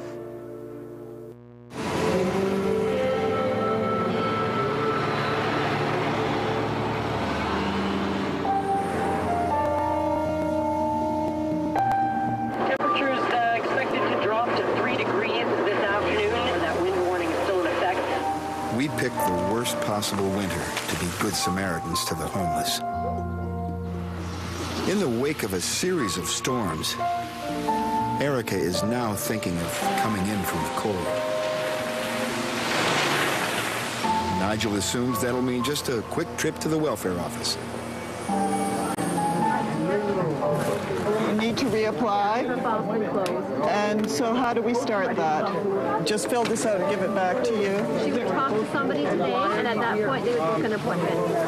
I just can't believe that. That was an hour and 20 minutes, 3 different lineups, right? And all we got out of it was an appointment in 11 days. 11 days so that you can talk to them about getting welfare. 3 times you've done this? Susan figures it like this. Adrian and Amanda are eligible for a housing allowance from welfare. Enough to rent a room. But there's something she hasn't taken into account. Adrian's welfare history. He's in arrears for a damage deposit. I just didn't want to go and line up and do that today. I'm not going in welfare today. The damage deposit thing is going to become an issue. I don't really want. I'm like half asleep. I just want to go to sleep somewhere. I'm not up for even doing that, you know. Before we can go much further, though. Like, I don't understand why you need it on my behalf. Because it's your turn to do your part, Adrian. Without Adrian's portion of the rent, Susan has only one choice. So the goal for today is to find you, Amanda, a place to live, right? It's only gonna be short term, and she's not gonna risk me sleeping by myself outside so she can sleep Yeah, inside. I can't even handle. Like, and I hate when people do that and try and get in between us like that and say, no, we're gonna put her in here because she doesn't need to be outside and leave me sleeping outside. No, that's not the way it works. Anyways, I'm taking off my mic. I'm gonna get going. Adrian, you're already starting.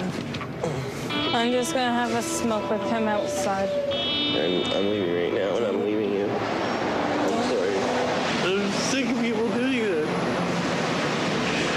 Because I'm 24 and you're 17, they're like, oh, poor Amanda, she shouldn't even be outside.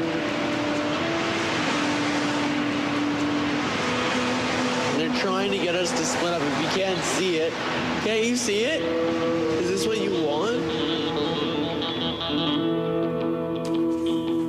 He gets really emotional when it's like that because he's been neglected a lot, so he just doesn't like that feeling.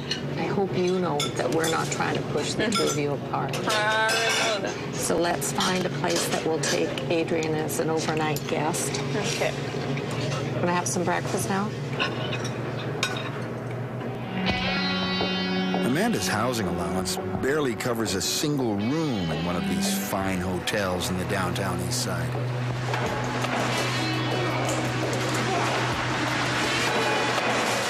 A 17-year-old girl requires courage just to arrive safely to the front door. What to say about sharing a bathroom down the hall? We're booked solid. Everybody wants to live here. There's not a room in town without a waiting list. So I was going to send them to the Dodson. Well, we may have a room at the end of the month. Nothing right now. Nothing in Susan's life has prepared her for this kind of desperation. With darkness falling and her mentorship on the line, she tries an emergency shelter. I am trying to help a young couple find shelter for today. No space, eh? There's no other facility that you could recommend we try for them. Travis off, guys. We'll be fine. Adrian may be fine, but Susan's a wreck. Fortunately, she can buy her way out of this dilemma. $45 for a room in a hostel. I'm not sure I've been involved with anything where you do feel so helpless. Amanda would have given up today had she been on her own trying to do that. I hope they get through tonight. And who knows what'll happen tomorrow.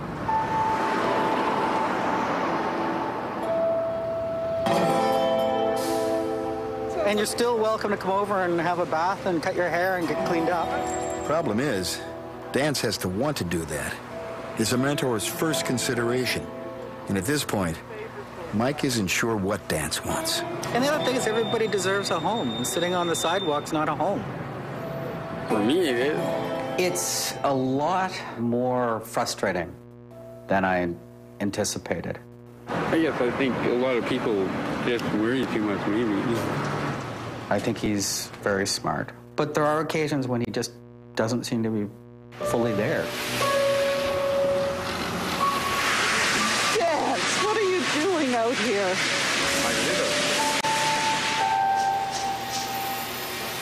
It's really been amazing just seeing him actually survive on the sidewalk through this winter. It is cold today. The freezing temperatures are, in fact, a blessing. An outreach worker fast-tracks Erica onto welfare. Nigel assumes she'll want help cashing her check. But it turns out Erica once worked as a bank teller. Would you like to be a teller again? Too much stress?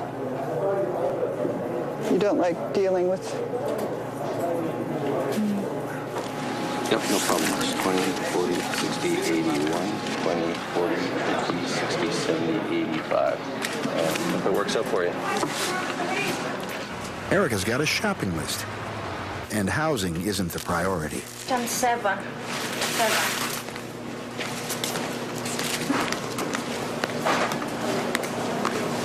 You can walk through puddles now.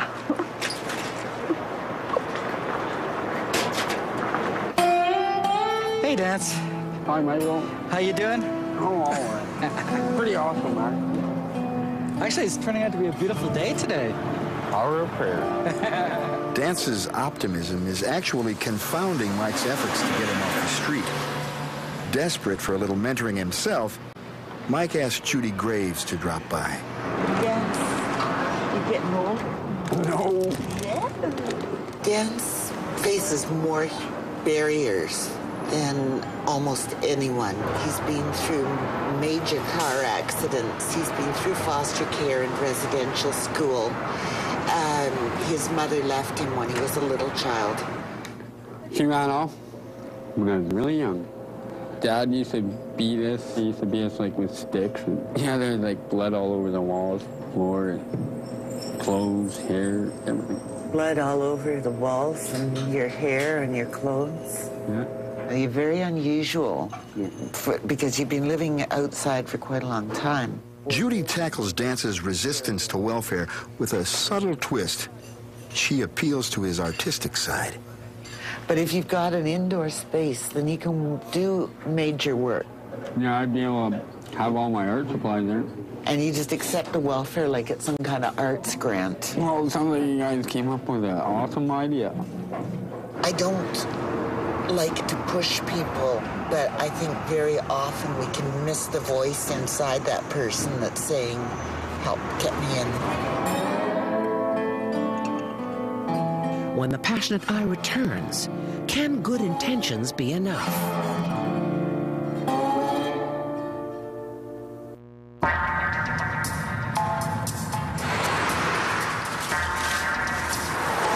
This idea to help people get off the street must seem like a joke to 17-year-old Amanda. We find her alone. Adrian gone to meet his probation officer in Squamish, an hour and a half up the coast. It's so disgusting down here. What I really want to do right now, honestly, is finish school and get a job. And if I get a job, I wouldn't have to worry about how I'm going to get food every day. I hate smoking butts. I'm shocked I haven't got sick from doing this. An hour and a half late. What happens if he just doesn't show up tonight? I'll go to bed. I'm used to it now. When it was the first 2 weeks, I didn't even want to be left alone.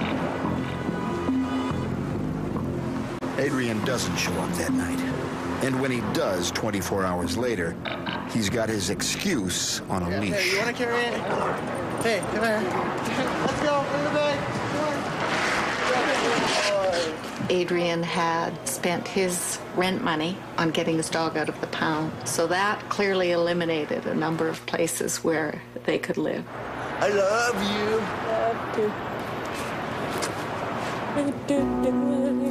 Amanda and Adrian have each other for support. But Michael relies on a relationship fondly remembered. That's what my dad taught me. It's one of the few things that I actually remember that he taught me. Not bad, eh, Pop? Dad was a banker and strict, but he stuck by his son even as he did jail time. I know what year it was, 2000, 2001. My dad died. I just started doing dope like fucking crazy. I mean, like crazy. And I stopped calling my mom, and a couple years, 3 years, 4 years, 5 years would go by. Until just 2 Christmases ago, I got up the courage to call her, and they had pretty much buried me. Thought I'd overdosed out here somewhere. Michael can't indulge his past for too long. He has a business to run. Okay, man, I got work to do. I gotta get going. You know what? I'm supposed to be being this homeless person on TV right now. I got 2 cell phones in my hand. It's not very good.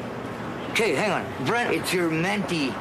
I am a better man than you. I'm gonna go tomorrow. I'm gonna set an appointment, okay? It's gonna be your job to help make me keep that appointment. For Brent, helping the homeless is starting to test his patience. He's used to being in control, but increasingly, he finds that all he can do with Michael is show up. I'm not leaving, so let's get this over with. Brett, look at this, man. Holy. You know how much pain I'm in right now? My legs are fucking killing me. What do you got? What is that? Blood movement. But yeah, I don't know. I had it before. They put me in the hospital for 3 weeks on an antibiotic, vancomycin, like what do you call it, intravenous shit. Yeah, but I don't know why you're waiting right now. Why? Because I don't want to go right now. I got shit I got to do. You guys are normal people. When normal people go to the hospital, you're taken care of. When an addict goes to the fucking hospital, you're kicked in the fucking nuts and fucking thrown into a fucking closet and that pukey fucking blanket thrown on you. Well, that's what happens to you. It's tough, though, when you see a guy dying in front of you. I don't know. Whatever. We'll see. We'll see. Well, call me. I will call you.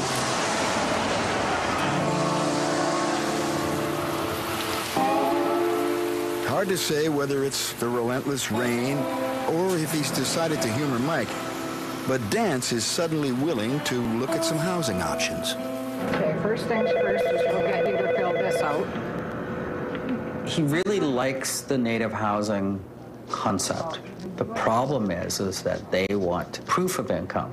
Easiest step to getting housed is He's on welfare, but I don't want welfare. I know. But last week, you agreed that would be an okay thing to do in the short term. Might be, yeah. I gotta leave before I get upset. All right, okay.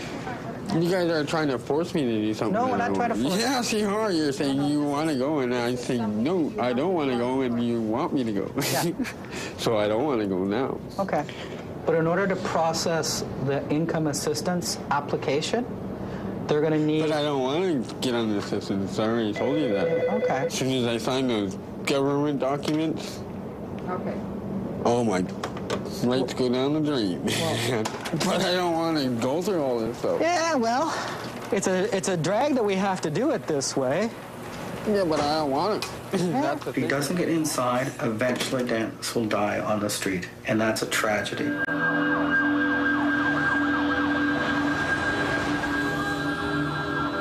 Unwilling to give up either his dog or his girlfriend, Adrian allows Susan to help Amanda find a room of her own.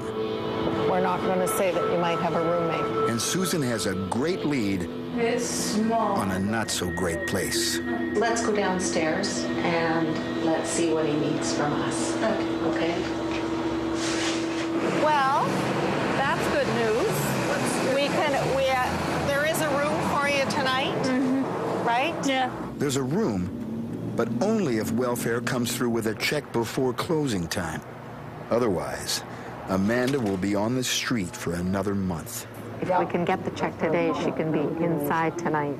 The system isn't user-friendly. It's another 2 hours before they can see the caseworker, and Amanda wants a ride back to check on Adrian. All I know is he needs to get his methadone or he could have the worst withdrawals. I knew that if she went to see him, we'd have lost her for the day. So as a distraction, we decided we'd go shopping. Over here, it's, I think, in the same place. Oh, wow. Right in the aisle. That's quite a load you got there. Yeah, it is. The welfare bureaucracy, the housing system, the shelter system is like a game of snakes and ladders, except that there's no ladders. But I just wanted to ensure that this application would be looked at today. Thomas is not back yet. So I think it wouldn't be a bad idea just to go there. Finally, Amanda's caseworker can see them. Just before closing time, they get what they need. Got everything? Yep. And this is the other check. Yeah. But back at the hotel, the manager has vanished. Just another little waiting game. Don't lose. Hang on tight there. You want me to hold it? Yeah, just in case. If we are able to accomplish this today, it will be nothing short of a miracle. I mean, you go in and wait, and I will get something for you to drink. Susan won't get a break herself until 5 o'clock when Amanda finally gets checked in. In the short term, I feel successful because Amanda will be inside tonight. There's no way in the world Amanda could have done this all today without our help. It would have never, ever happened. I know if I have a nap now, I won't wake up till morning. And then he's going to be like, where were you? Having spent a whole day, you know, finding her a place to live, and the first thing she wanted to do was go and meet Adrian on the street. And there they were. You have a TV in there? Well, no, but they're going to give me a microwave and a fridge. She's the only one registered in that. I know.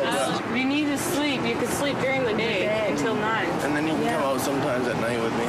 Hi, I got a place. Susan, help me. My mom called you a guardian angel.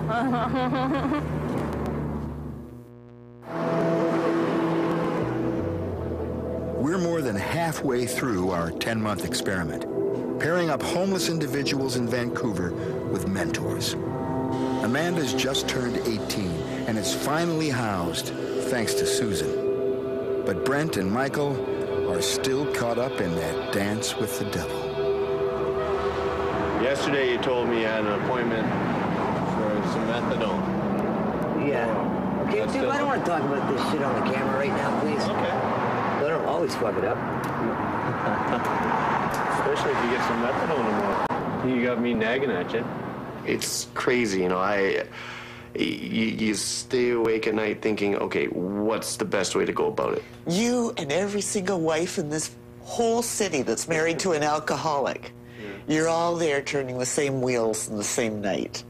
If he's saying no, mentor's responsibility is to say, great, what do you want to work on instead? It's a relief for Brent to finally get it, that no one's expecting him to cure Michael's addiction. He sets out to look for subsidized housing, even if it means doing it alone. I can bring him by when I can finally get a hold of him. Okay. He's there for about 200 square feet. So he's got a little table there, and he's got a fridge and a microwave and a shower and a washroom. Yeah, it's too bad Michael isn't here to see them. There is a long housing queue, approximately 130 people for that residence alone. But he prioritizes homeless people. They're like brand new. They are, and they're clean. Yep. Showers are brand new. Awesome, man. Dude, oh, shower's good.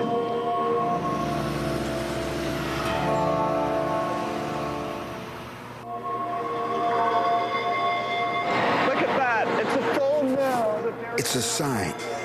In fact, the tides do seem to be changing. Working through Judy's housing contacts, Nigel has secured a room for Erica. I was just so elated that finally she would be sleeping indoors. Cheers. Oh, you deserve to be spoiled. Ooh. What are you going to do here? Nothing. Absolutely nothing. A week later, Nigel discovers that Erica meant it. Literally. Have you been out for fresh air at all? No fresh air. I'm still under stress and don't feel completely myself. That's understandable. I don't even trust the water to bathe myself yet. One thing I've learned about Erica is that she hates anything gray. Because it's gray? And my instincts tell me not to use the facilities. I'm going to wait until summertime. Nigel knows that Erica has other demons to deal with. But for now, it's enough that she's safely inside. The mentors are becoming savvy in ways that only time on the street can provide. While shelter solves some of the problems, it doesn't address things like money. I need $8 to catch the bus on Warringdale. So here you are. So where have you been? I've been by here many times. Sleeping at her house. Yeah. Oh. So how do you feel sleeping inside? I feel clean. Huh? I feel clean and awake. Then on another note, why are you here? Helping him I get have to go to probation. I don't want to go to jail for 6 months for missing a day of probation, so. He's got big problems, though, because he hasn't been to Squamish for 2 weeks, so he's afraid to phone his probation officer. Can I get let in, please? I live here. They were sneaking Adrian into the apartment. Amanda, that's fucking disgusting. What? You better go fucking do something with that. That was not mine. I was frustrated. I guess I had hopes that they would treat it with some respect. I always tell you to rinse your bowls and stuff out when you're done. Stop it. A lot of the fights that they have had have been about who's going to tidy the room. I'm doing this. Just do the dishes. That's all I want you to do. Please? There were a few times where I had phone calls that they were out of food. So when did you have dinner last? No, probably in a couple of days. They saw me as somebody who would buy them whatever they needed. I didn't like that feeling. Susan's mothering instincts keep her coming back. But how much disappointment can she take? They're absolutely doing nothing. At 2 o'clock in the afternoon, they'll both be asleep and you'll wake them up. Major, we're fighting this morning. I'm going majorly depressed. She had lost that energy that she had once had where she wanted to go back to school. I think that's part of the reason is we're inside all the time. We've been together too much is what it is. I want him to quit being a selfish little asshole. Past fucking week, I had to deal with your fucking selfishness. Yeah, I apologize. I've been cleaning this room 3 times every fucking day. You won't fucking help me. I have to fucking do everything I ask. They've been inside now for several months, and it's been a bit of a roller coaster.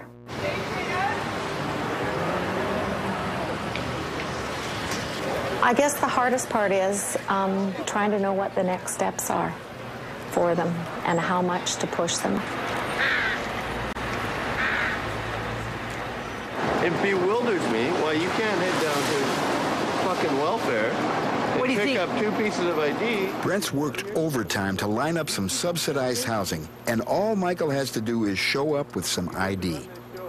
But somehow he can't fit it into his busy schedule. But tomorrow I'm going to do that, because I promised my mentor that I'm going to. Brent, you're pissed off at me.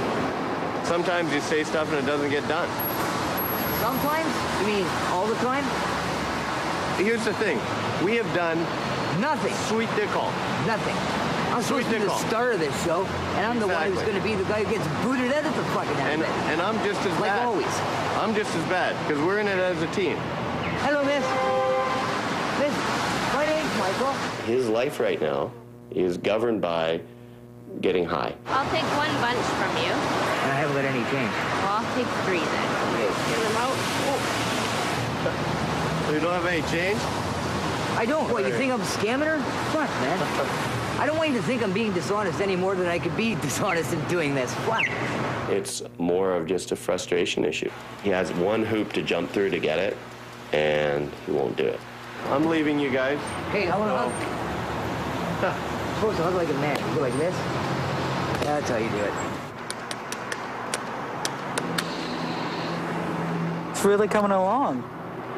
And he'll eating it, and then I gotta cut through the beat because his mouth will be open to fighting in the salmon. With the warmer weather, Dance's talents are coming out of hibernation, and he seems ready to get serious about his art. I want to get my jewelry business back and art, like my drawings and paintings, and then I can get a business loan. Yep. Voila. Mon chéri, mon ami. Whatever that means. Then, without warning, our friend disappears. He's not here anymore. He's been gone for about close to a month now, I guess. The corner does look empty without him. I thought for a while he passed away, and we'd never know. Hopefully he'll come back sometime soon. Nigel's still checking in on Erica. After all, they've become quite close, or so Nigel thinks. Is that your painting over here? Not finished. It's a relief to see Erica so settled in. Is it comfortable? In fact, she wonders why Nigel bothers to bring the camera. After all, she writes, I'm no longer homeless. But her behavior is beginning to reveal that she lives in a world that Nigel can't reach. It's a great color, and it does match all your other stuff. The following week, she said, I hope you don't mind, but I had to get rid of the tracksuit because it had a tracking device in it.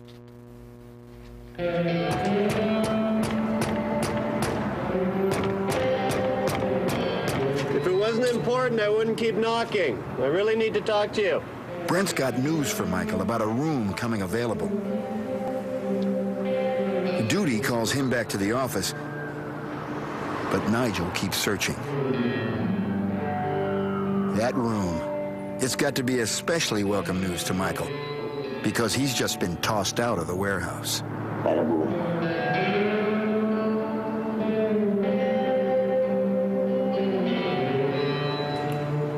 Is this where you've been sleeping? Yeah, last night. It fucking stinks like piss. Fucking gross. This is where we first met you. Yeah. We've come full circle. After the break, the devil seems to be winning, but the mentors are not ready to give up. The conclusion to their stories when the passionate eye returns.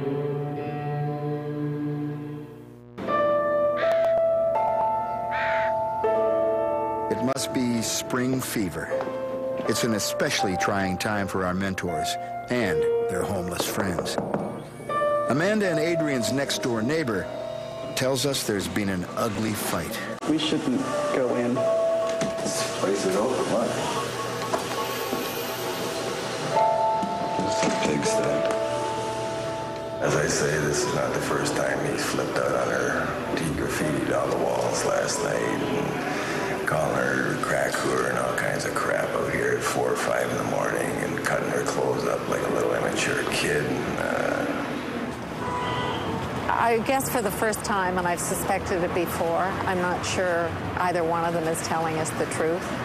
I think they're both doing more drugs than they're saying. They know we want to hear all about what happened, but it's a few days before Adrian can face the world. His absence hasn't been entirely voluntary. I spent the night in jail. I got picked up on a warrant because I breached my probation, and the town's looking for possible jail time. I'm just waiting for him to go to jail, honestly. I just want him to go to jail. Maybe that'll give him a good kick in the ass, and then when he comes out, he'll be fucking normal again. She's a smart kid. I think she knows he's not good for her, but he's got that control, and she doesn't have the courage or the strength that it takes to walk away, to go home to Port Alberni. Nigel is also feeling frustrated. Erica has retreated into another world and rarely shows up for their regular meetings. And then one day she does appear, only to return everything Nigel has given her, along with a disturbing note. If I see your ugly bitch face again, watch it. When I just proved once again how all mortals are jealous of me and I can't trust you. Leave me alone. Alarmed by Erica's threats, Nigel seeks a professional opinion. Dr. Simon Davis suggests the mentoring should probably stop. On the one hand, you're trying to help this lady, but on the other hand, she's managing okay, and you're continuing to visit her is making her more upset. I think how painful it must be to be inside that mind. So afraid. You know, desperately afraid. If you think somebody who's caring of you is actually poisoning your food. We're all relying on Judy these days to make sense of what's happening with our experiment. I take a look at you. You're not healthy? I know. People can certainly see that, too. I've had some comments. I'm freaking. What's happening? I don't know. I'm dying. All I want to do is get off the fucking dope so bad. Can you see any way out? I don't know. To be honest with you, I'm trying to give up hope, man. Sometimes it takes people 20 times. It's worth a try. It's just hard to imagine. Not really. I dream about it every day. Yeah. I'm so embarrassed. I don't Don't be freaking embarrassed, all right? You know, you realize you got a problem. We got to figure out a way to save your life. If I was to get clean, fucking 30 seconds later, hey guys, when you guys turned your backs, for 2 minutes, I'd be out there fucking picking somebody's flowers, making money, and scoring fucking New York Minute. I know it, man. It's like you can feel those two people, eh? He's deep in, he's really feeling himself. I forget what your name is. Wendy. And then he flips out of it. And he's just like that. Yeah, back and forth. Thanks. You can do it. Oh, come on, you can do it. I want you to do it. You're the best. You're the best. Don't tell anybody, okay? You don't have to make a decision right now, because, you know, there's a lot of people around. There's a camera on you and stuff like that. Yeah. Yeah. No, I know, you're right. Just take it a little bit at a time. This is so overwhelming, man. I know. It's huge. Anyways, fuck. Are my flowers taking the sun rotten? Fuck's sakes. Powerless as Michael feels in the grip of his addiction, we see his meltdown as the first step to recovery. Don't kill yourself. Oh, my God. Then, we're given another reason to feel hopeful. He made it. As suddenly as he disappeared in April, one day in July, Dance is back on his old turf. Can't tell if that's Dance or not.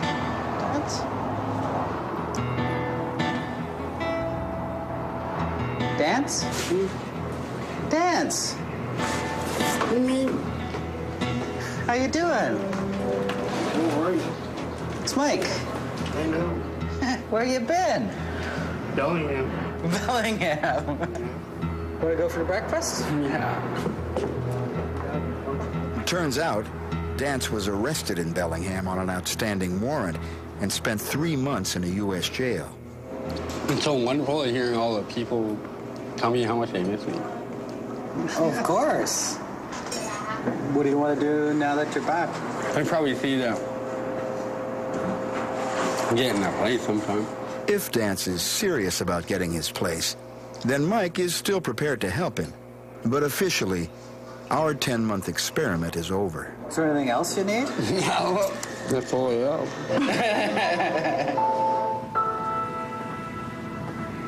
Adrian and Amanda have fled the chaos of the city for Squamish. Renting a room from a family friend, they're giving their relationship another try. I guess because I was using drugs again when I was in Vancouver, and ever since I came here, I stopped. They're keeping in touch with Susan from time to time. And what's better, they seem to be more in touch with each other. Yeah, it's been way better here. We've been acting like we were just starting to date again. It's taken them a very long time to get to where they are today. So to think that you can change somebody's life overnight just can't happen. I have to go on the 20th to back to court in Vancouver, and then we'll be able to continue on with our lives. I'm still going to be with Amanda for the rest of my life as far as I want to be. Thank you for everything. I'm hopeful that they will be contributing members of society as they move forward. The mentors meet with Judy one last time to reflect on our 10-month journey. I feel in many ways really disappointed that we couldn't have gotten farther faster. We would all like to believe that we know what's best for people who live in the street. And you know, when we get out and try to do it, we inevitably fail. Accepting that there are certain things you can't change was a big step for me in this. Instead of this macro program where it's going to be off drugs on Wednesday, into a house on Friday, full-time job on Monday. That's really not what it's about, is it? It's accepting them where they're at. For Brent and Michael, it's also about finishing what they started. Do you know which room it is? I got the one with the palatial view of the mountains and the water. Late that summer, they're finally checking into Michael's new abode. I guess I am a tad excited, aren't I? Ready or not? Yep. Here I come. Wow, look at this. It's a bloody one bedroom. Brand spanking new fridge and stove. Look at that. Brand spanking new bed. Holy shit. Oh, nice view. Wow, I can see the whole wall from here. Look at this, my throne. Woo! I think he was impressed with a number of items. A flushing toilet, that's been a while. He was running out of time before he needed to get high again. Anyways, I'm leaving. He's found housing. That took a year and a bit. I got a mailing address now. Yeah, I had no idea that it would be so difficult. The only way that people leave the street is by some human being taking an interest in them and staying with them. You're not going to forget me, are you?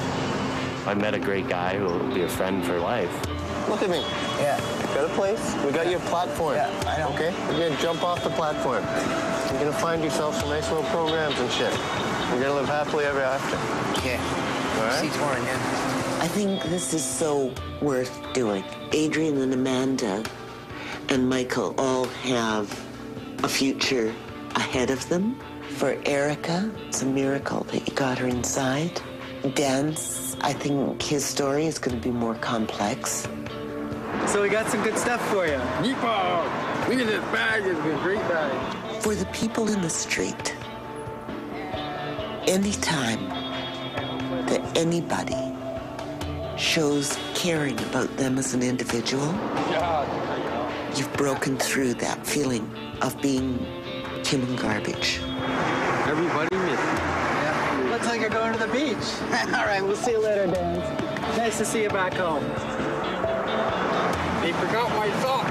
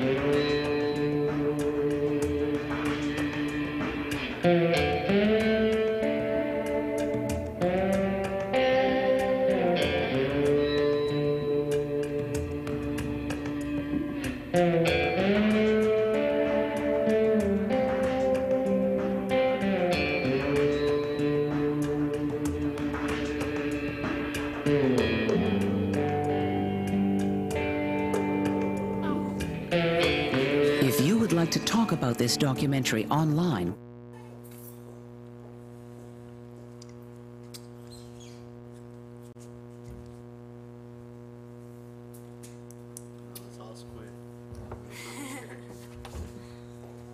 So what's going through, let's start with this.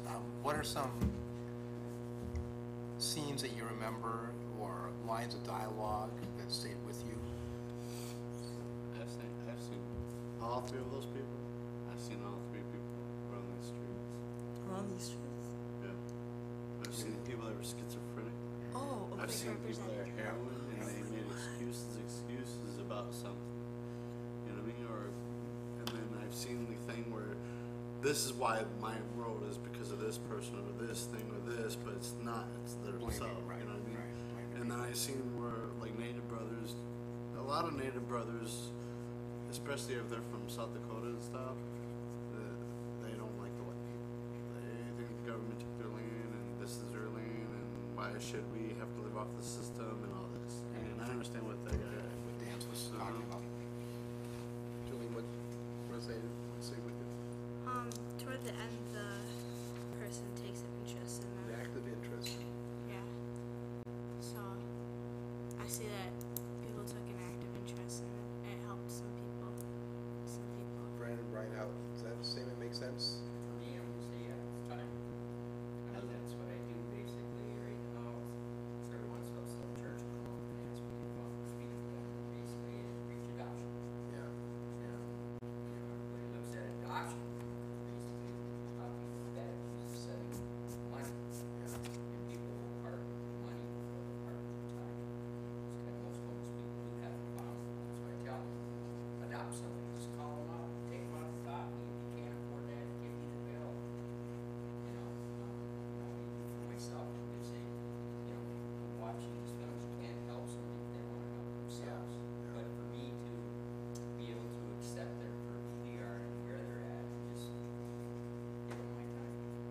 that same sound to you? I agree with Brian on that, but to a point, because sometimes a lot of these people are in the frame of mind of what their life is set to be. And like the guy that was on the heroin, I mean, he's not going to change his way of being an addict. Yeah, he can have a place to live, but it doesn't stop his addiction. As far as dance, I mean, that's his lifestyle. A lot of people, even from Aborigines to Native people to Alaskans to, they feel a sense of their pride being taken away, and they don't want to live on the system. So, Good probability by dance to file for law. Interesting. Paula, what's it with you watching this? I just thought about how like Jesus told that man on the street, no, the guy who broke the roof, that he should pick up his mat and walk. And I just feel like so many times the people, the coaches have gone up to them and told them to pick up their mat, but they don't even believe in themselves to even get up. Was there any encouraging thing that you picked up from that, or when Amanda left her boyfriend? She was like, fine, like. could you see what struck you about Adrian and his behavior? Did that hinder? And what were the choices that he did? He got his dog out of the pound instead of with his rent money that he said. Yeah. Maybe And that made might him not be necessary at the time, in my opinion. that like sabotage some of the efforts to find housing. No, you can't sit there with the dog, right? well, it's also, it is a sabotaging, but it's a companion.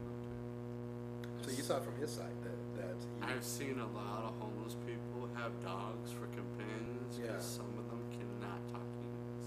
So for them, they get, what's those kind of dogs they have, Brian, called? No, there's a thing where you get the paper signed. A service? Yeah, it's like a service dog. So a lot of them get those certificates to have a dog, so they can take them with them because they can't get along with another human being. Oh, that so. From Adrian's perspective, he had a dog. This one, he didn't go out and buy a dog. This is a dog that was in the dog, right? And as soon as he had some, no, he didn't buy it. It was his dog. In the pound, yeah. That's money. Right. So as soon as he got money, instead of using it for, he wanted his dog back. So from his perspective, but it still had consequences. It made him ineligible. Well, because the whole theory is that when you rely on somebody, so she was gone, so you had to rely on some kind of communication, some kind of acceptance, and the dog was acceptance. But her thing was she was relying on him too much, but she got too much in the comfort zone. But then she knew it was a bad relationship, but she knew that she had to wean off, and it takes time to wean off. What do you think about Erica? Didn't speak. There was this line that when saying that we all have our demons and some have more than others, and I just felt like Erica had this really dark vibe that I was getting off her, and like, I mean, not just through her art, but like even when she wrote that, it was like, well, we knew this was in you this whole time, and it just made me realize like how important the holistic ministry is. Because it was like, I don't know, something must have happened to that woman to make, I don't know, her crack. They weren't addressing the mental health needs that she has. It was kind of shocking at the end, the threat. That was like a violent threat. Yeah, but here you can have a mental issue and they just give you money and they put you out in the streets and they put you into these shelters. I don't know how that is to be. See, and I guess I wasn't shocked by the threat at the end, because if she's suffering from schizophrenia, I mean, there were so many indicators along the way. The tracksuit had a tracking device. Well, yeah, I mean, all that kind of stuff where it's like, okay, there's a mental health issue going on, and if you just continue to ignore it, this is kind of the way it's going to end up, because they're going to think that you're out to get them. And I've worked with enough people who have had schizophrenia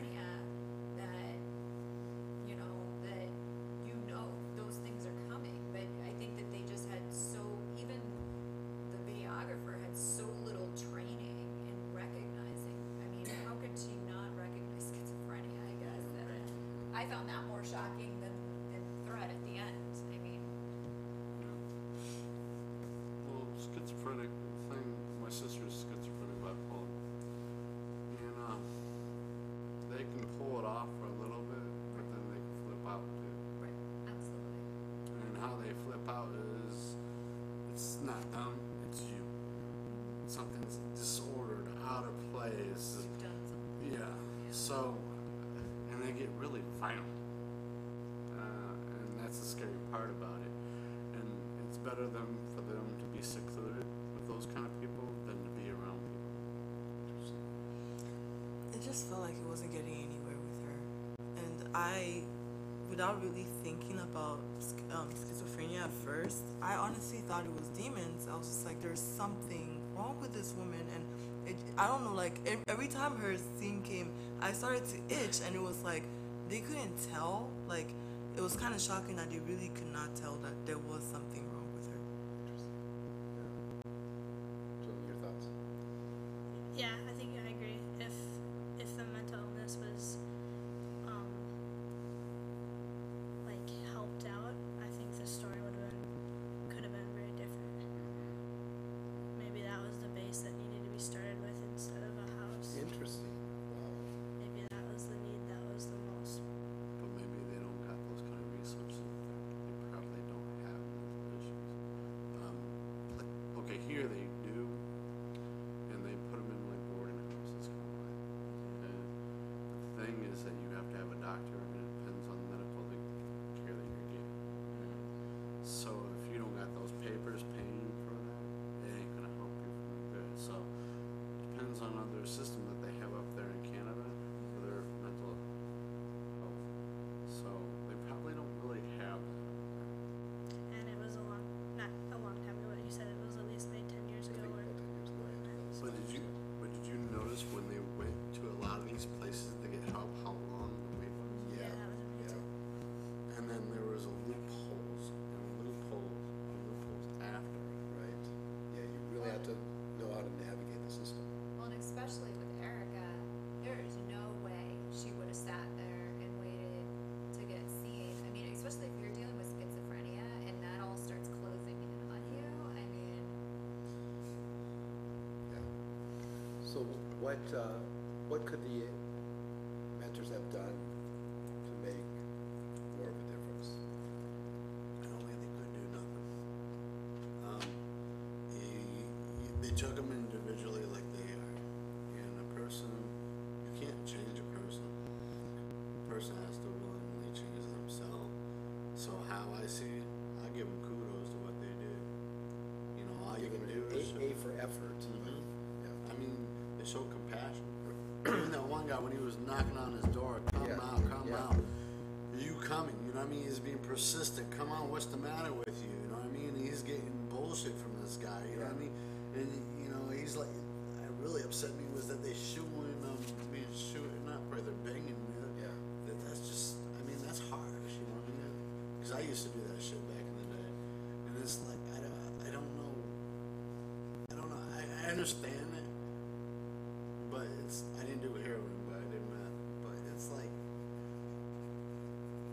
it is rough when you get into that kind of stuff because you rely on that. Because I don't know if any of you took chemical dependency and stuff like that. So when you're relying on a chemical, this is what makes you who you are. So when you have a routine of things going, you're gonna redundantly do the same thing over and over and over. So when you try to break the cycle, it's gonna break your routine. So it's like you doing the same thing what you're doing today, whatever routine you're doing. Now think of it, if you change that, what would happen to you? Would you change? Would you act different? That's how they're acting out. They're no different than a human being in their mind.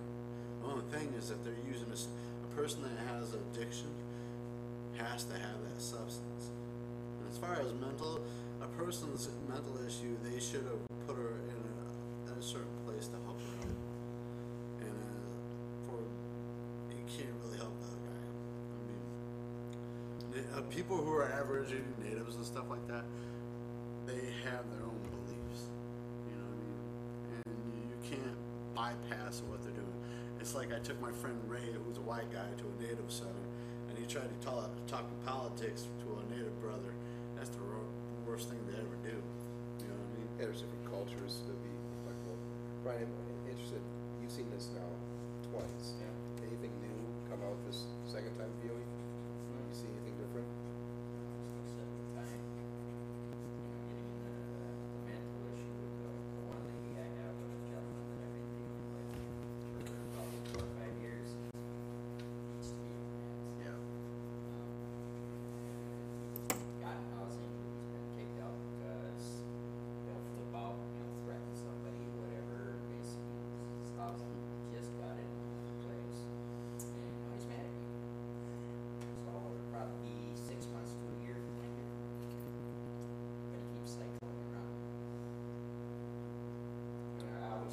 something because he's toxic riddles and I can't figure out half what he's talking about.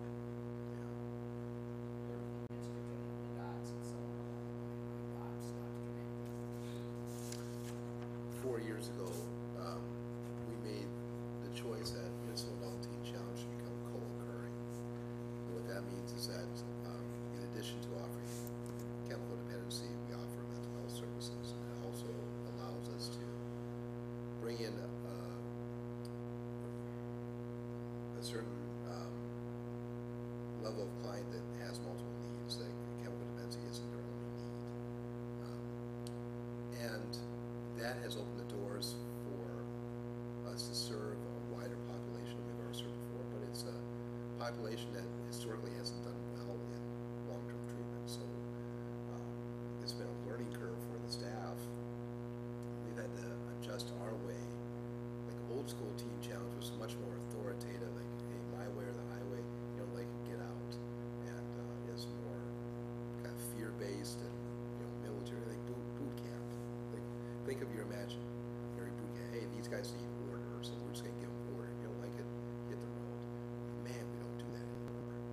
And you can't get upset when the client cusses you out. You gotta look past that. You gotta. So we have we're getting more adept at having one more day conversations. Just hey, try this just for one more day. You know, they wanna leave. Hey, just give it one more day. And talking people off the ledges. It's been the staff turnover has been on the front lines. We call them recovery coaches. Boy, the turnover has been great. I mean, a lot over the last couple of years. But we're getting. I like to think that we're getting better at this, and the things that used to throw us off and confuse us, we kind of take it more in stride now. But it's been a learning process for all of us. I know how you feel, because I've dealt with people like that. And I know Brian's dealt with people like that too. Because they'll get upset with you, but you're going by the rules of what's going on. Right. You know what I mean? And it's like, well, why are you kicking me out? You're supposed to help me. Well, we are, but you did something wrong. Well, what's your fucking problem? You're supposed to be a Christian and all this. I am a Christian, but I am only a volunteer. I'm doing what I'm told to do. You know what I mean? It's like, and it's just you excuse after excuse after excuse, even though you try to tell them, oh, just calm down. You can come back later, or, you know, you're on probation or whatever.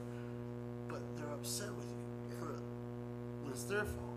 And it's like, what's the matter with you? I don't have no problem. You got the problem. And I think it is a lot of mental issue in drugs around here. But they're not dealing with the situation.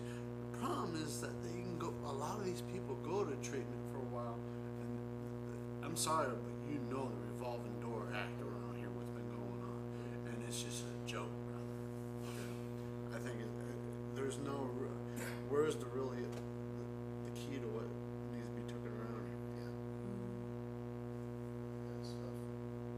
So everyone who comes in a Team Challenge has a called a diagnostic assessment, and that's just a huge, you know, inventory of everything that's been going on in your life, and try to get you the mental health needs that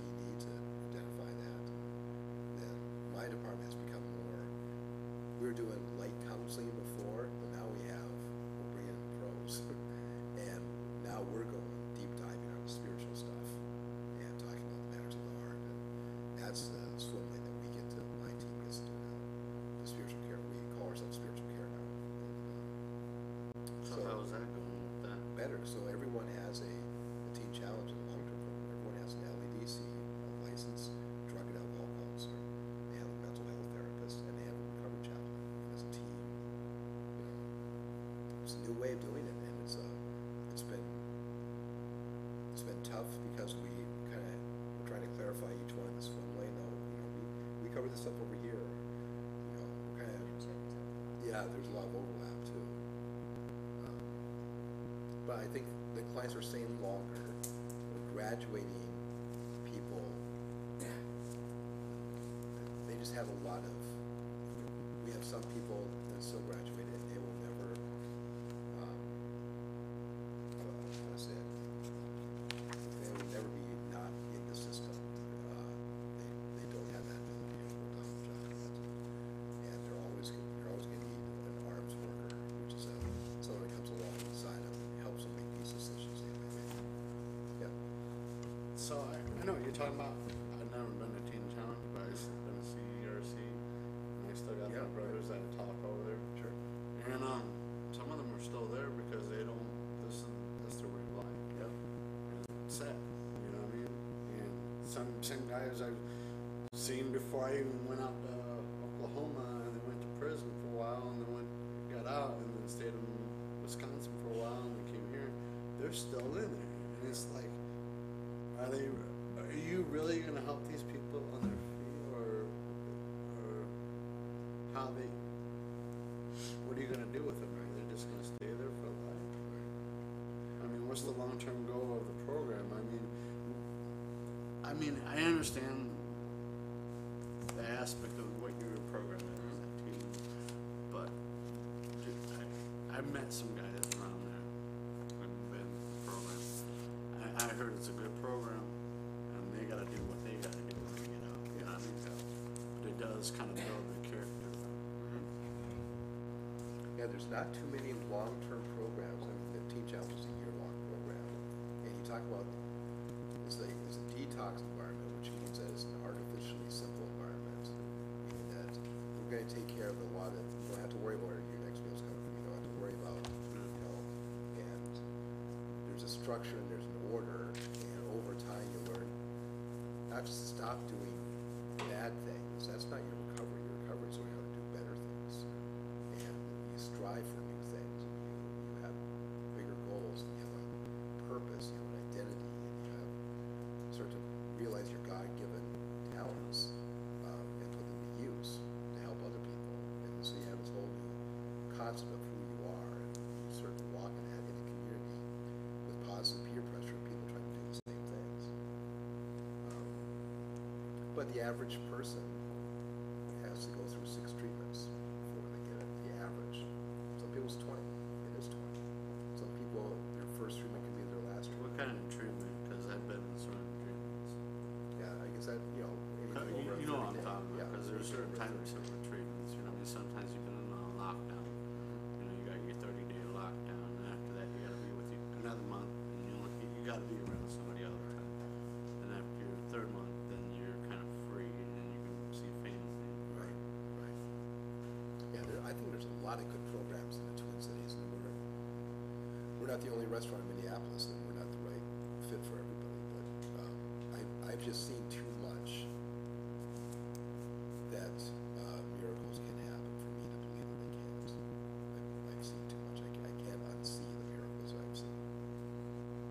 The before and after pictures we show at commencement after a year. We show sometimes their intake picture and then how they look 12 months later, and it's not the same person. You just see the serenity and I've been in treatment, and I've seen brothers like who've been on meth and all that, and then go to the store and go get some rock salt and go smoke that and shoot that. You know what I mean? And they'll do the synthetic stuff. I know here they don't really test out, but some states, you know, they test for spices. Oh yeah, right. So spices, I don't know. Do you know what spices do? Spices are K2. Some call it spice. Some people call it catnip. Some people, you know what I mean? So it's the same. Okay, it's potpourri with bombing fluid in it. People are smoking it. Okay, and some people take bath salts and snort it. some cook it up with a spoon and shoot it up. Right. And some of the, you know what I mean, smoke. Some people try to do, I don't know if you even heard of Sunday champagne. You know what Sunday champagne is? Sunday champagne is mouthwash. So people will drink mouthwash to get drunk. Yeah, the alcohol content. They'll take Robitussin, road trip. So Bill Hockritter was executive director of the Catholic Charities of the White House, was instrumental in going to all the gas stations and pleading with them, don't sell mouthwash. Just sell other stuff, don't sell the rubbing alcohol and all of the stuff that they put. Hand sanitizer is another thing that people use. And he would just go to the gas stations and just plead with them, you don't need to sell this stuff here. I mean, it's getting so bad for people. It's sad, you know what I mean? Like yesterday, I was at the library, and my buddy Dougie, he's in the thing, and these guys need to like be biased, but you know what I mean? Like put that away for where it comes from. And he just, you can tell he's been up for a while. He just like space goes coast to coast, you know what I mean? It's like, oh boy, you know, he's with his clique and stuff, and I'm like, wow. You know, I like a lot of these people. A lot of these people are good. It's just, you know, they've been through bad times and they don't know where they're going to do. They don't have a place to be, feel welcome, you know what I mean? Some of these people have tried to change their life and some of them fell right on their face, you know what I mean? Some people don't feel like they're accepted in this world. Some people can't deal with stress. I've talked to a guy that holds a sign over there on Washington, over at Bobby Steve's, and he told me, you know, I used to do all these jobs, and you know why I don't go back? Because I can't deal with stress. Get paid minimum wage and someone yelling at me all the time, and I got a little bit of money, and this person bitching at me and telling me what to do. I mean, it's a cruel, cruel world out there, you know? What's your advice for people either giving money or not giving money to people in exit ramps? I'm going to tell you how I feel like this. And Brian, I want to hear from you. I think if you're going to give money, you give it out of your heart. You don't complain about it. Some of these people do need it. Some of these people can't go to these places. They don't know how to talk with people. They don't know how to stress with people. Some people, sometimes you think about no, because some of them do use it for drugs and alcohol, and some of them don't. But as I see as being, what would Jesus do? Do it out of kindness of your heart, don't complain about it. Brett, what do you think? For me, I don't give money.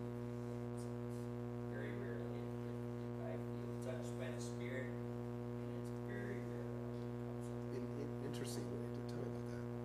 I'm just going to say the Lord says that this person is sincere. And I'm going on that basis because most of the people I know that hold signs do it for drugs, right? And I know a person who lives out in Crystal, him and his wife and his 2 kids. They both drive brand new Lexus, and they live in a 3-bed Wrangler, and they sign for a living. Because I can remember asking some of the inmates that used to counsel at Leonard Lakes. So what about people holding signs, you know, south of Minneapolis on the exit ramps? Are they legit? And he said, oh, none of them are legit. You know, it's all a scam. That's what he was saying. Some of them who got money. But I like what, Brian, you're kind of giving us a way to navigate that is to be, pay attention to all the smear property or something like that. That's where I said, I mean, actually I had, How about very that? rarely do I give, but I had a So- lady in here, Yeah. you know, about a couple weeks ago, I gave her $50. So the default setting can be no, unless you're feeling that prompt from the Holy Spirit saying, that's not a bad way of. That's the only way I'll give money. Right, Somebody right, will sign, right. or asking for money or whatever, because usually it's a scam. Just because I've seen it, listened to it. Yeah. You know, I've had, you know, all the years I've been at this church, all the people that I know that fell for somebody's scam. It's like, you know, I was right in the building. You should have asked me what I thought. Right. And I would have told you different things to look at. I was part of the church, and then they packed little baggies, Ziploc baggies, and it had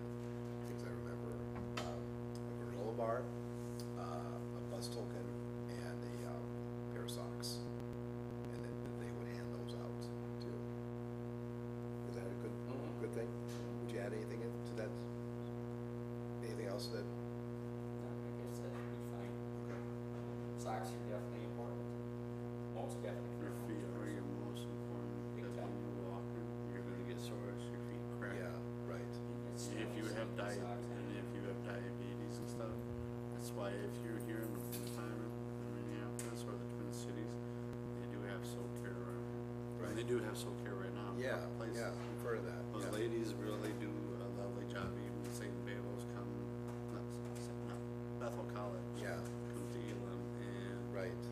They'll take care of people's feet. Yeah. And the token could be a good thing, but it could also not be a good thing. I can tell you, I get tokens for a cigarette box, which is what's $2.50 for a token. You know, technically for the bus, and you got it, so you can get a cigarette.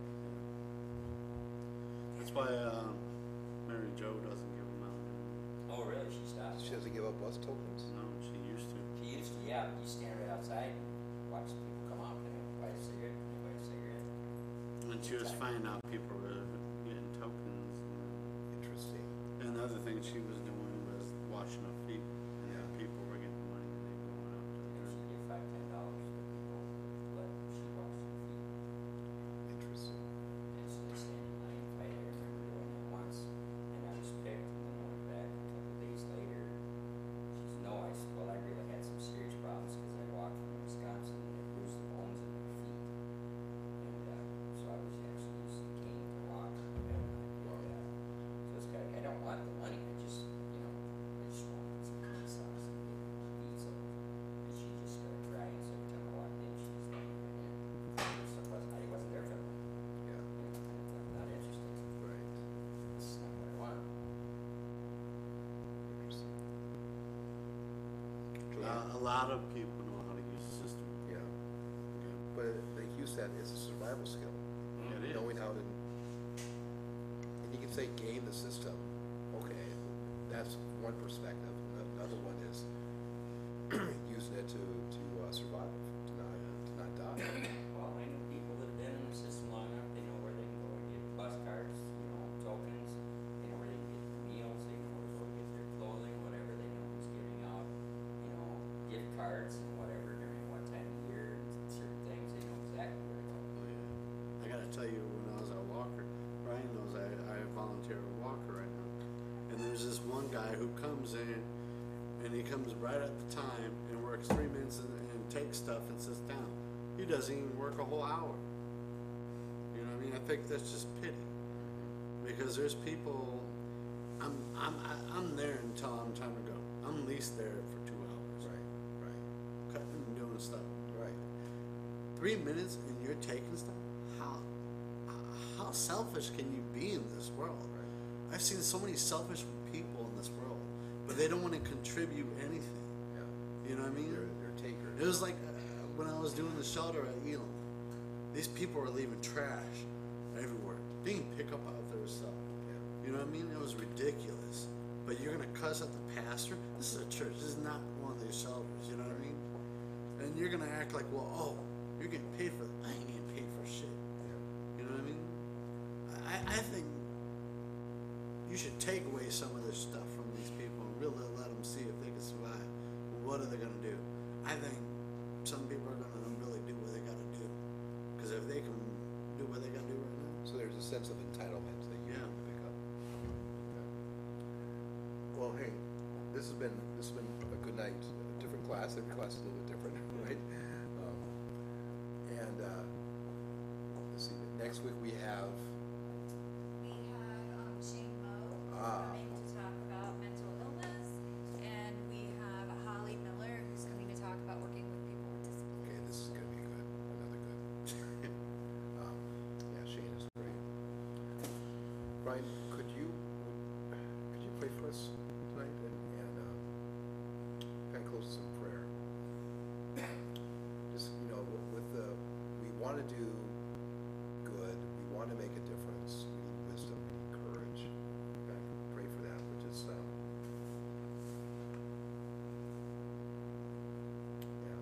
any other prayer requests that Brian can pray for us? Wisdom, courage, And like the purpose. the purpose, sense of direction. Yeah. Yeah, we have really good hearts.